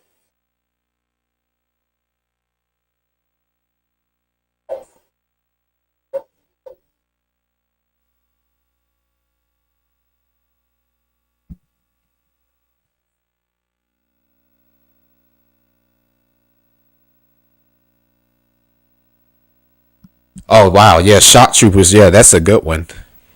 Yeah, I'll try that in a minute. Give me a second. Let me see what's all how this version of Alien Syndrome is, because this isn't the one I reviewed. I don't know what this is.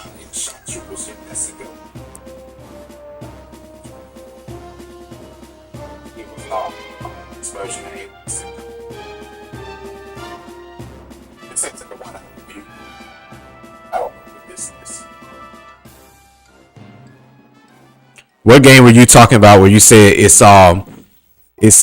like the pistol where it's easy to get headshots and disarm them? You talking about Alien Syndrome?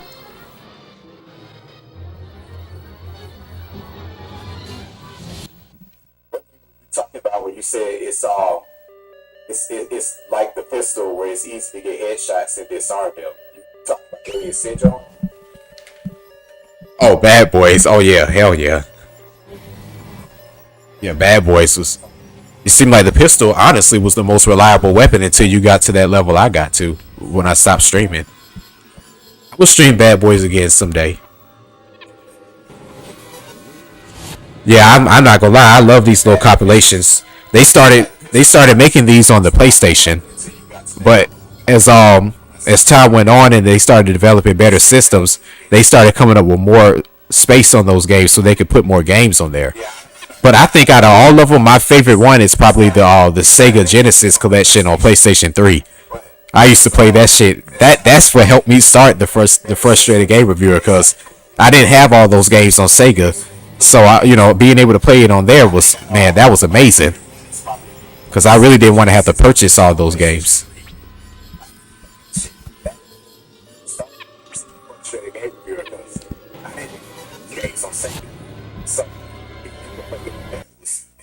Amazing. Because I really didn't want to purchase all those games. Controls are fucking Alien Syndrome and this shit. Like, why do you have X? Why do you push X to go backwards? That's usually square. How do I configure all this?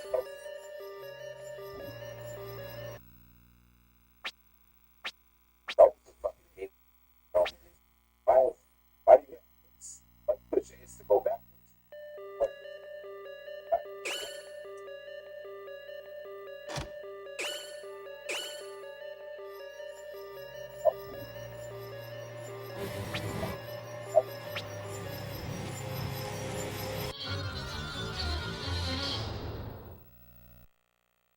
Oh wow, that's cool.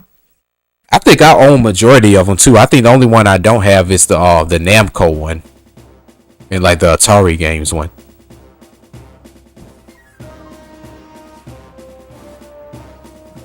I think I own majority of them too. I think the only one I don't have is the Namco and like the Atari game.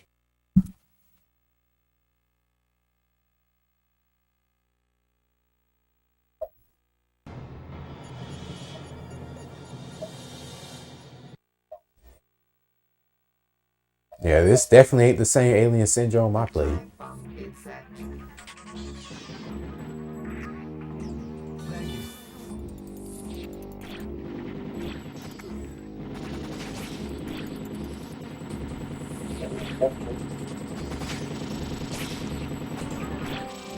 You run out of ammo?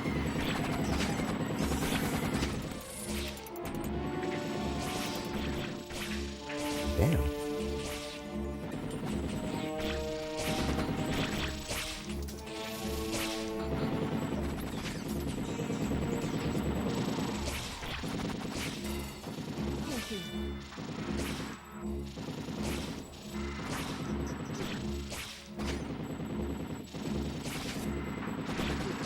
I hate this perspective you shoot from. It's so awkward. Thank you.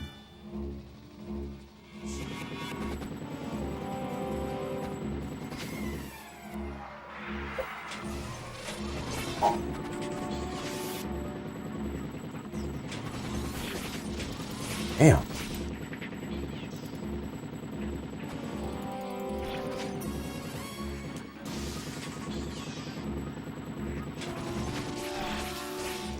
Oh my god.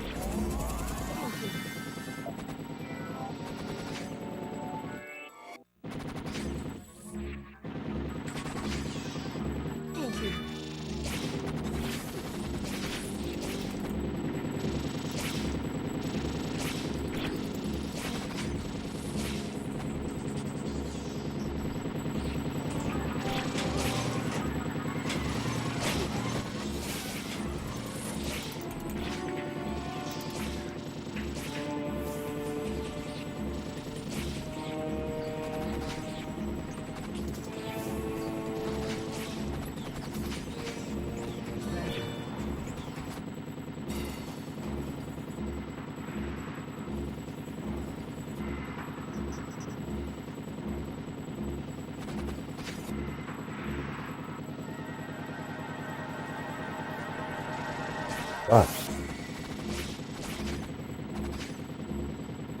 This game is actually harder than the original to me. You can barely see shit on it for one. You lose a lot of health. I don't remember the original being this hard.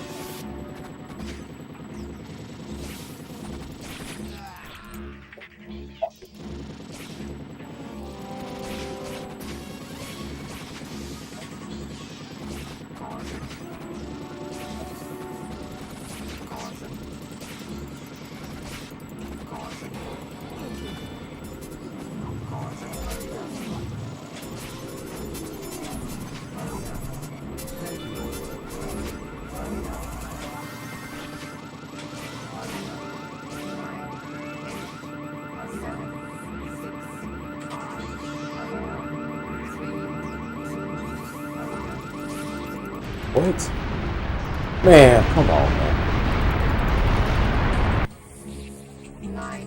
Yeah, this game sucks. Try something else.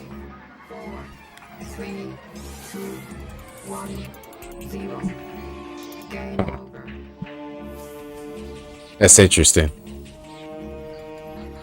This game sucks. I don't know, but the Atari games were a little too primitive for me. I mean, that was like way before my time. I mean, I wasn't even a sperm grain when that thing was out. So those games are a little too primitive for me. I'm not gonna lie. I mean, I'm a retro gamer, but I'm more of like a retro gamer based on like what I played in my life, you know. And thank God I didn't grow up in the Atari days because those games sucked. Really, video games didn't start to get good until the NES came out. Like when the NES came out, that's when video games became good. Just to be honest.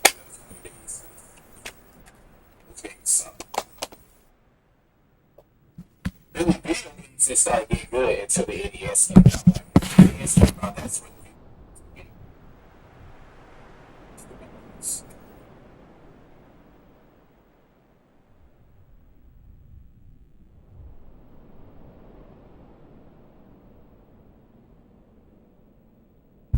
What do y'all think about the Nintendo DS games? Because I want to use some type of compatible cord or something to probably stream some of those and some Game Boy games. I kind of miss playing Game Boy.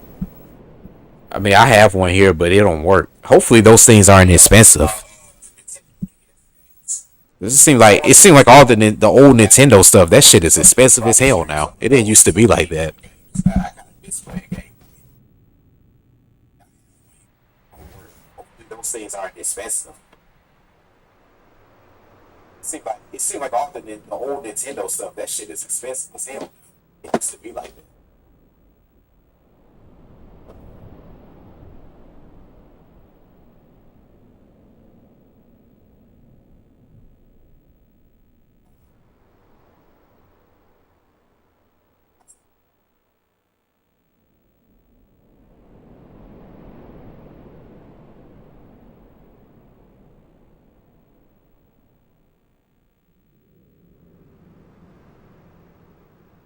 Give me a second, y'all.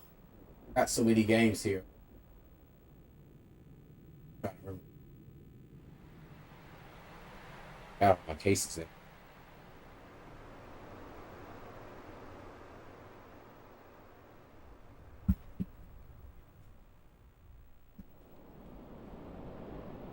Damn, which disc was it?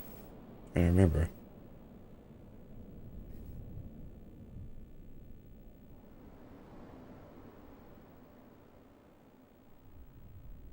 I wish we could stream movies and review them and critique them. Maybe some of these old cheap movies we could probably critique them because I know these don't have copyright. Um, I know these weren't published. Some of them probably were, but I know they don't have like a copyright strike on them. Maybe some of these old cheap movies we could probably critique. I know these don't have copyright. I know these weren't published. Some of them probably were, but I know they don't have like a copyright.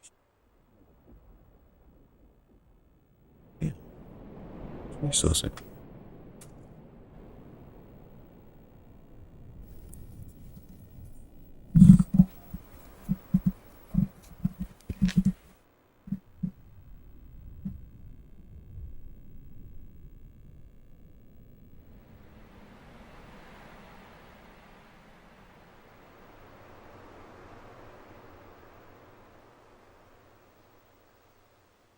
Wow, you actually found a Nintendo game at a pawn shop?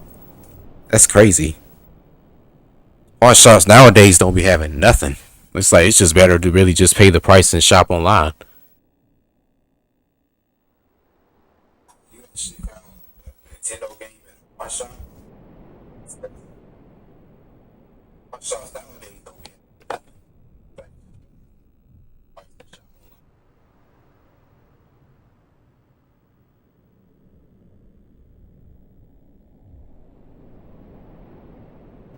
That's it. Need to get my NES fixed. I would like to stream some of these NES games. I got Ninja Turtles, the one that the AVGN reviewed. Like that one was actually pretty fun. I played that before. I want to stream that. And I would like to stream some of these. And then this game I also have called Legacy of the Wizard. It was pretty good too. And I wouldn't mind doing Wrath for the Black Manta, trying that out again. I think I could probably do that better justice now.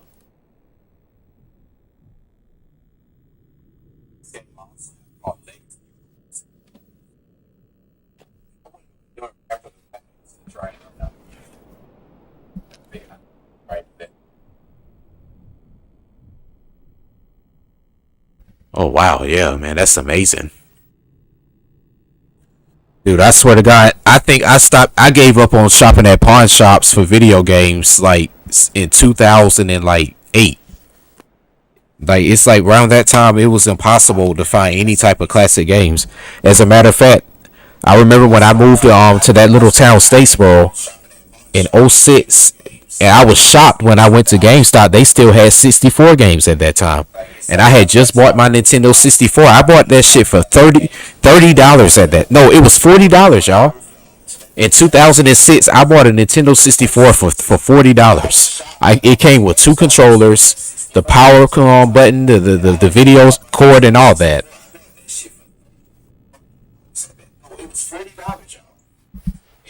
Now you got to pay like damn near $200 for a Nintendo 64, and the 64 I got now is still the same one I had from back in '06, and thank God it still works.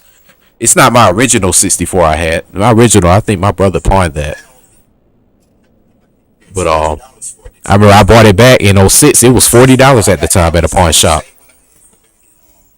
Or did I get it from GameStop? I either bought it from a pawn shop or GameStop, but man, it's like video game systems used to be so cheap back in the 2000s. Like, but since YouTubers and people like hoarding game systems and stuff, since they started doing that in the last 10 years, it's like it made all the prices of video games just go up. Systems used to be so cheap back in the 2000s. Like, I even saw like a Sega Genesis is damn near $100. I think I bought mine for like 30 when I got it in 2009. Fatal Fury Battle Arcades, $5. Damn. I even saw like a Sega Genesis there $100.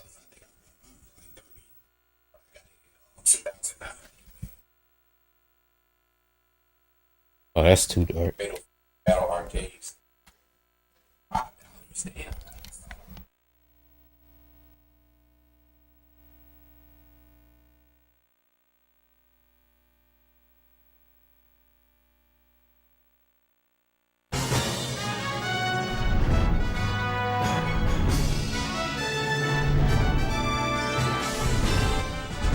Let me give me something else to drink. Give me a second.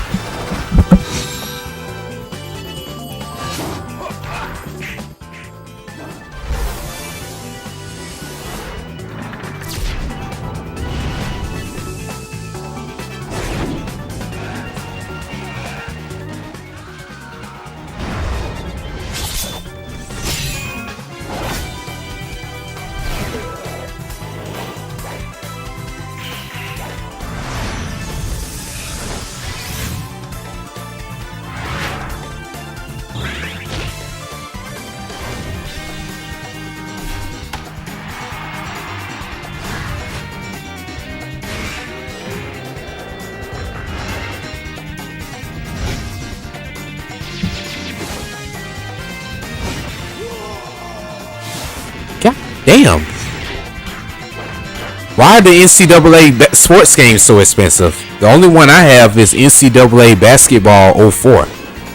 The one with Carmelo Anthony on the front. That's the only one I was really interested in, honestly. NCAA sports games so expensive. The only one I have is NCAA Basketball '04. The one with Carmelo Anthony on the front. That's the only one I was really interested in, honestly.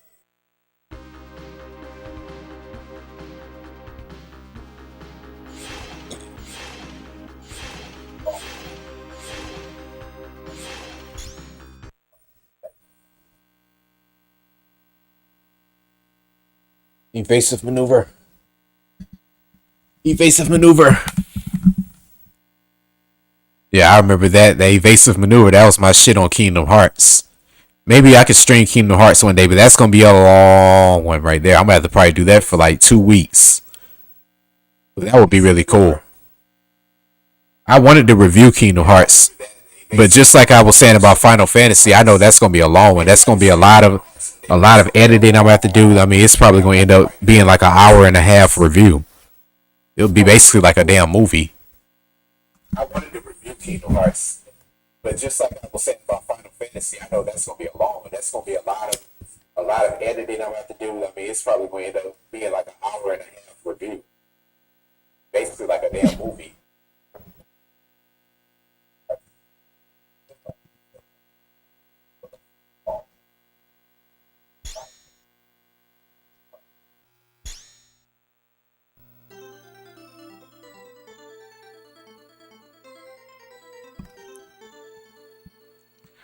That sound of that Neo Geo always brings back good memories.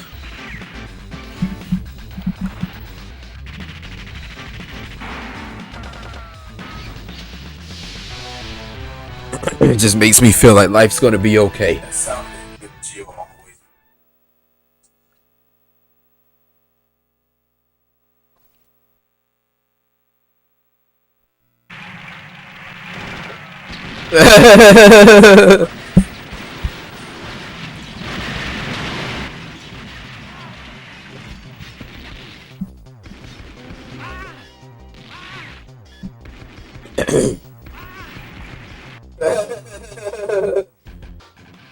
This game was very advanced. What year did this come out? 97? Okay. I remember her. What the hell? This game was very advanced. What year did this come out? 97? I don't want him. I want the girl.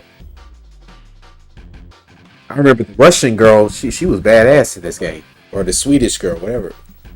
From Scandinavia or somewhere. Let him. What the girl? The Russian girl. She's badass. Swedish.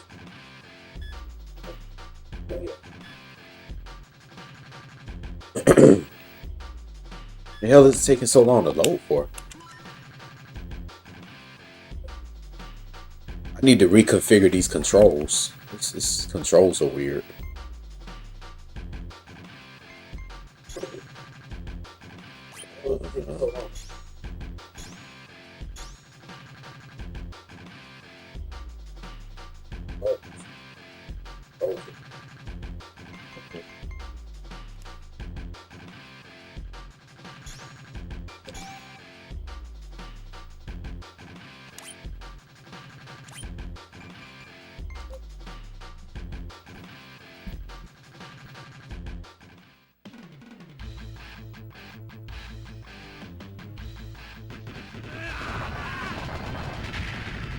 Oh.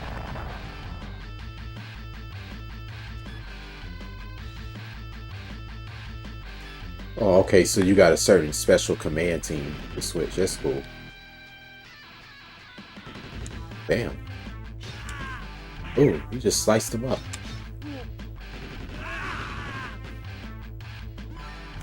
This game's really gory.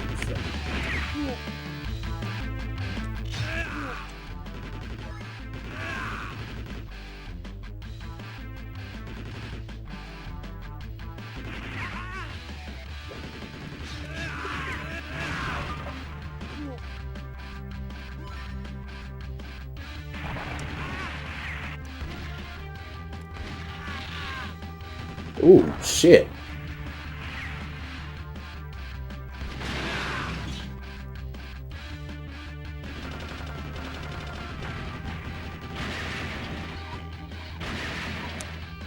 Fucking pigs flying everywhere. Okay.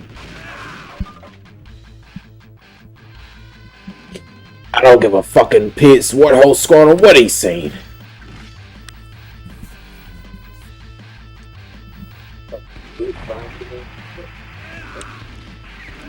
Ooh. I don't give a fucking piss what whole score on what he's saying. Oh shit. Oh, I can't fuck with him.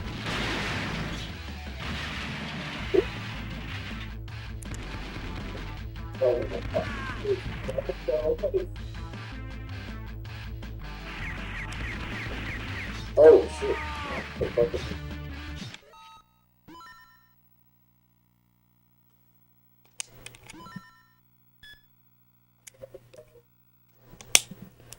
Yes. Why are the commands opposite?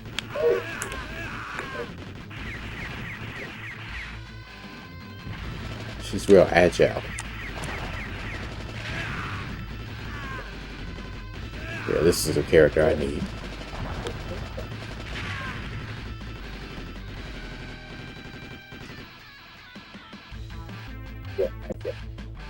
She looked like somebody on an Andy Sidaris film.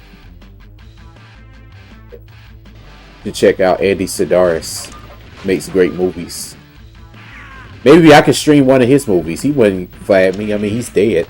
God rest his soul, but Andy Sidaris. Those would be some good movies to review. Funny.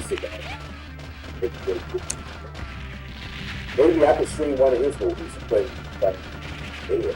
God rest his soul, but those would be some good movies to review.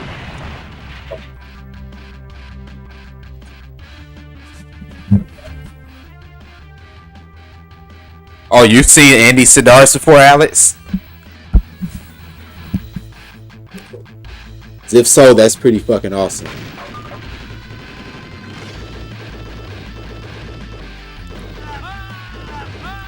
Oh, you've seen Andy Sidaris before, Alex? If so, that's pretty fucking awesome.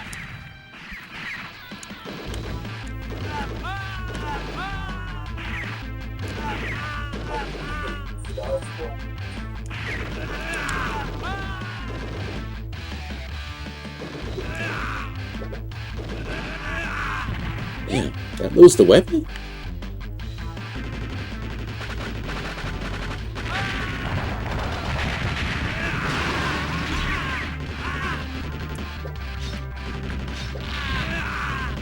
Ooh.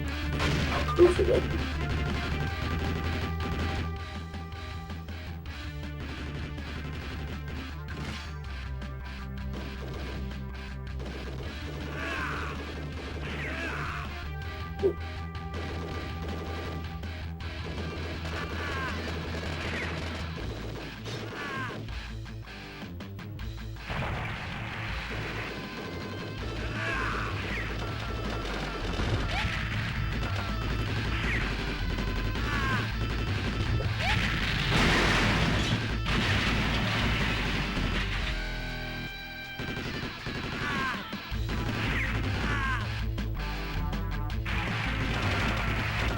These some big ass tanks. It's like super oversized. Oh shit. Team Lundy. Let's go with Arnold Schwarzenegger looking fucker.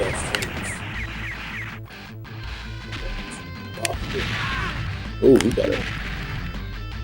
Rocky. Kinda clumsy though, damn. Arnold Schwarzenegger looking fucker.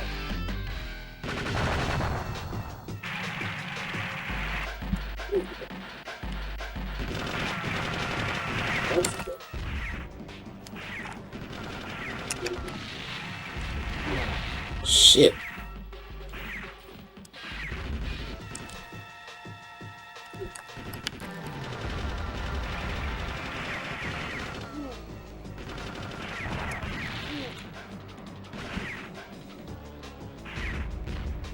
Oh no no! I run into him.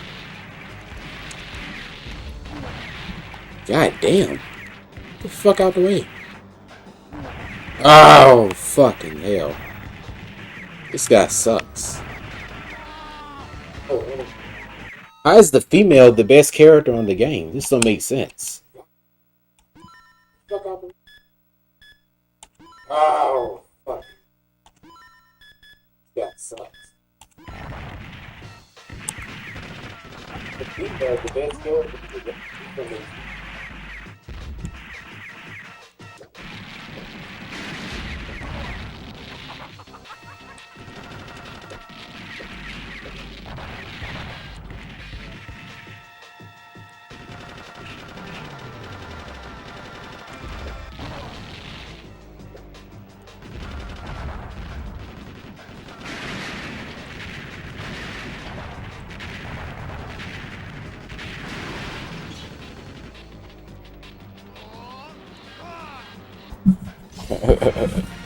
Yeah.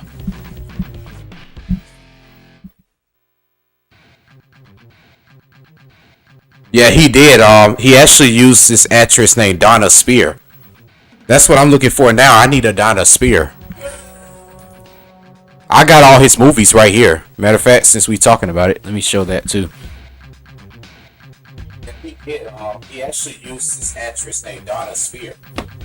That's what I'm looking for. I need a Donna Spear. I got all his movies right here. Matter of fact, since we talking about it.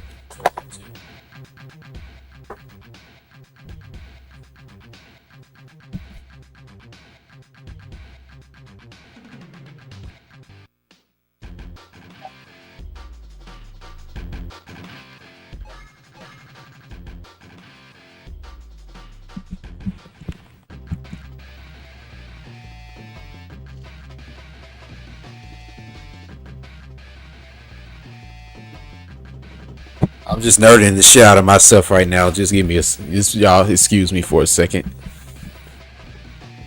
Just like to show off what I got. Always been a show and tell kind of guy. Especially when they cut in my collection of stuff.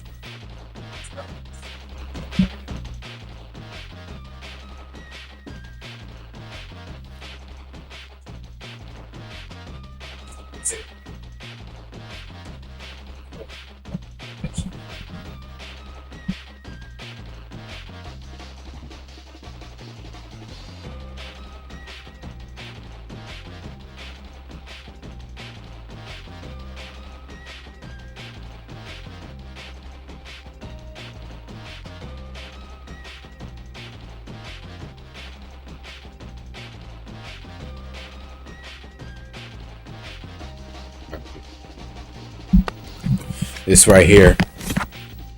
This is like the one. I mean, this basically the same thing, but this was the first little collection of it. It's got all the his movies, all 12 films he made. Pretty much all the classics. This is probably a little hard to see. Like, I mean, it's basically the same thing. First little collection of it. Got all. That's the one. Pretty much like the same name. Bullets, Bombs, and Babes. That's the other little collection. This right here.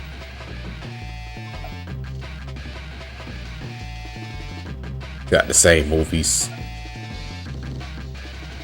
Much like the same thing. Bullets, Bombs, Babes. Yep. He did. He used the same actress. This good knowledge, you know. Good film history knowledge. I love these movies. Like I said, it kind of just shows everything you really want to see in a movie. Bombs, bullets, and babes. I mean, it's perfect. I love these movies. I ain't gonna lie. My favorite one is when he used the RC when they were using the RC boat to blow up cars and shit. Like, these movies were fucking amazing, man. I'm not gonna lie.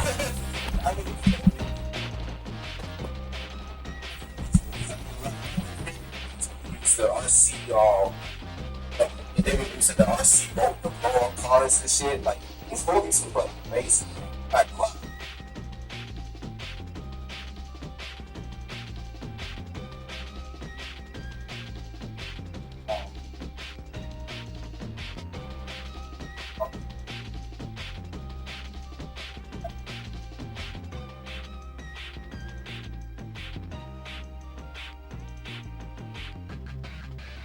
It only has what? Let me hold on. Got it in my damn hand. It only has one disc. It's like does it? Yeah, it's one disc. No, no, no, no, no. No, it's three discs. It's three discs in here, and each one has a side A and a side B. Yeah, each one has a side A and a side B. So it's three discs. It's a side A and a side B. So I'm assuming that's 12 films. Yeah. Each one has a side A and a side B. It's three discs, side A and a side B. So that's 12 films. Yeah.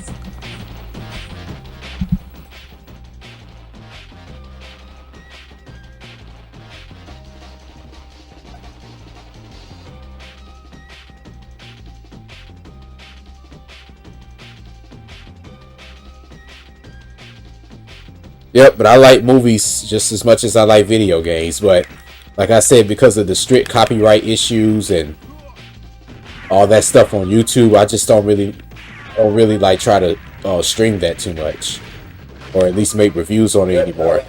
Because I started noticing when I was making those videos, like the unsolved mysteries, when I was doing the TV show reviews, some of those videos got blocked in certain countries. So it's just I gotta figure my little way around that. Like the unsolved mysteries, the TV show reviews, some of those videos got blocked. So it's just figure my way around.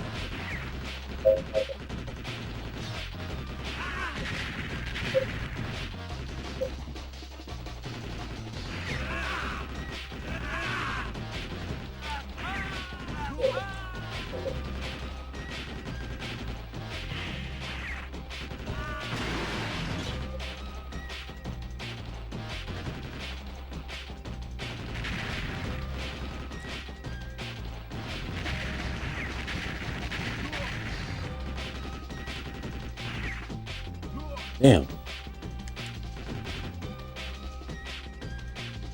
Yep, it's pretty amazing for y'all to be just seeing me doing the stuff I'm doing and all the content and stuff I created over the years after all those stories I told y'all. It really is kind of amazing to even think that the guy y'all have been seeing on this camera the whole time, that's what I was living like. Like that's what I saw growing up. So it kind of made sense as far as like how it formed into my reviews. I always wanted to make things like real entertainment. It kind of made sense as far as like how it formed into my reviews. I always wanted to make things like real entertainment. Oh shit. How the hell did he do a flip and land back on a rock? You know how impossible that is? With a gun in your hand?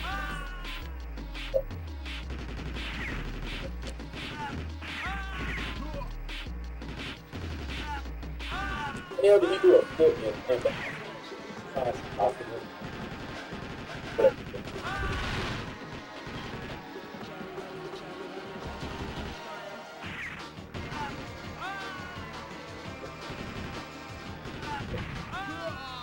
Oh shit.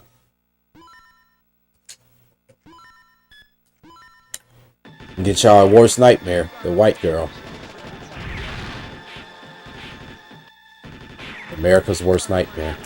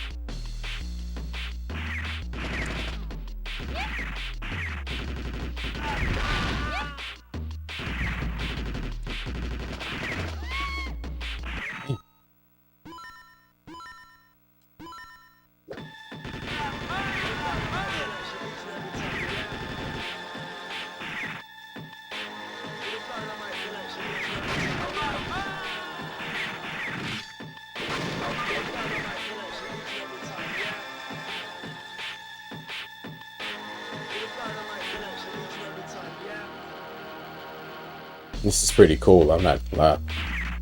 I like this.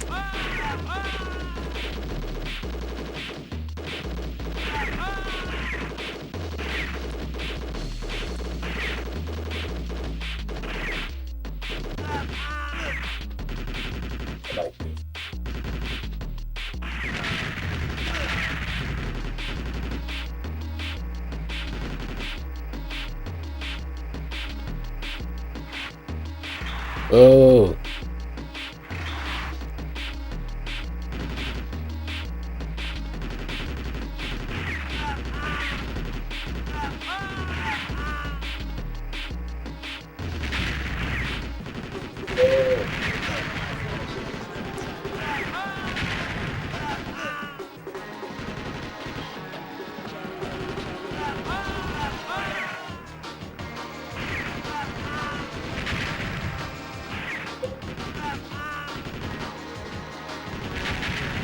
Sorry if I'm not talking. I'm just trying to concentrate a little bit.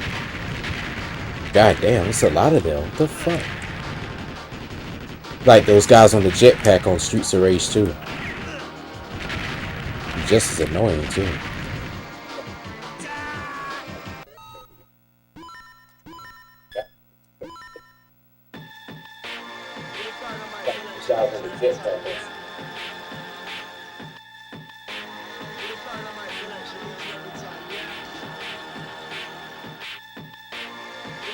Like she got an AK-47.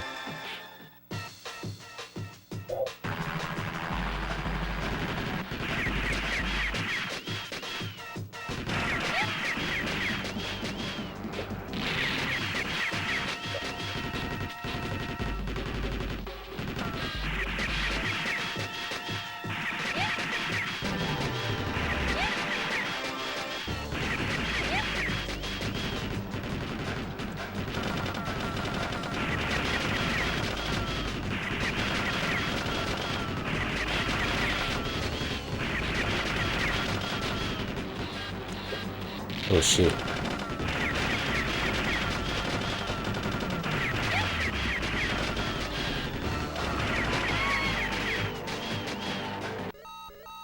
Damn, that was quick.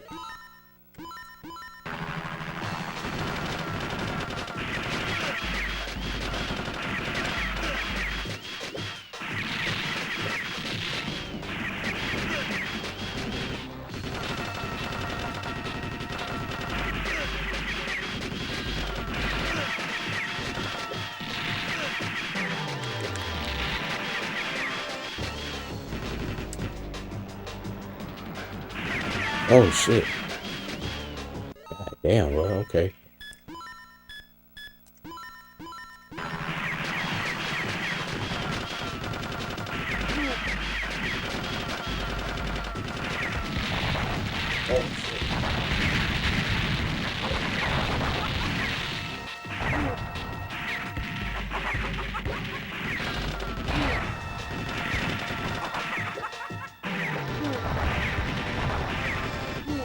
Slowly peeling the cap off. He's slowly peeling the banana back. Who the fuck is he shooting at? Ain't even him. God damn. Let's get the Swedish Wonder. Maybe the Swedish Wonder could do it.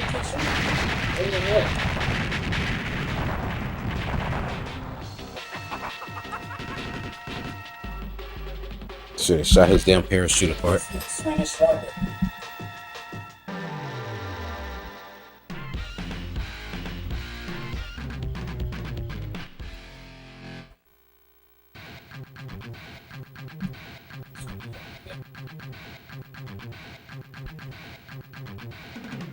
We're getting at about two hours. I will get some more ideas of some more games to stream. I know you guys probably got to get up, go to work and go to class and stuff in the morning. I'm probably gonna get on tomorrow I just got a few little things I got to do. Might get on maybe sometime in the early evening, but if you all don't catch me then, I'll probably get on maybe later on that night. Like I said, I probably like streaming better around this time anyway. But I appreciate y'all joining the stream. I appreciate y'all listening to those wild stories. I guess I should start calling these streams and stories. Like you guys can tell me crazy stories that happen with y'all, and I can kind of just tell y'all stuff that that's happened with myself as well. But like I said, if you guys have any content that you would like to put out that you would like to put on this channel when I get ready to create this, just add me on Facebook. I'm gonna upload that stuff to my Google Drive, and then I'm gonna go ahead and upload all that stuff to this channel to help just get people more exposure. But this is definitely about to be the future of Scorpio&Sebek to help market and promote the retro gaming community on YouTube. So for people that probably want to know what I'm getting ready to do next, it's gonna be more so promoting that, and then making my own newer reviews, of course, and then continuing to stream. Because I gotta admit, the reviews take a lot of work.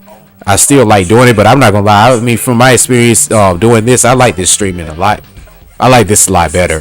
It's easier. I get to communicate with y'all, and I find it almost therapeutic to be able to do this too. So I'm not gonna lie. I'm gonna be streaming. This is about to be my new thing. So like I said, if you have that content, let me know. I'm gonna upload it to the channel. Maybe I'm not completely retiring from reviews. I'm still gonna put them out, but definitely finna be streaming a lot more. This is about to be my thing. But y'all stay tuned. I appreciate y'all for joining the chat, and I'll catch y'all later.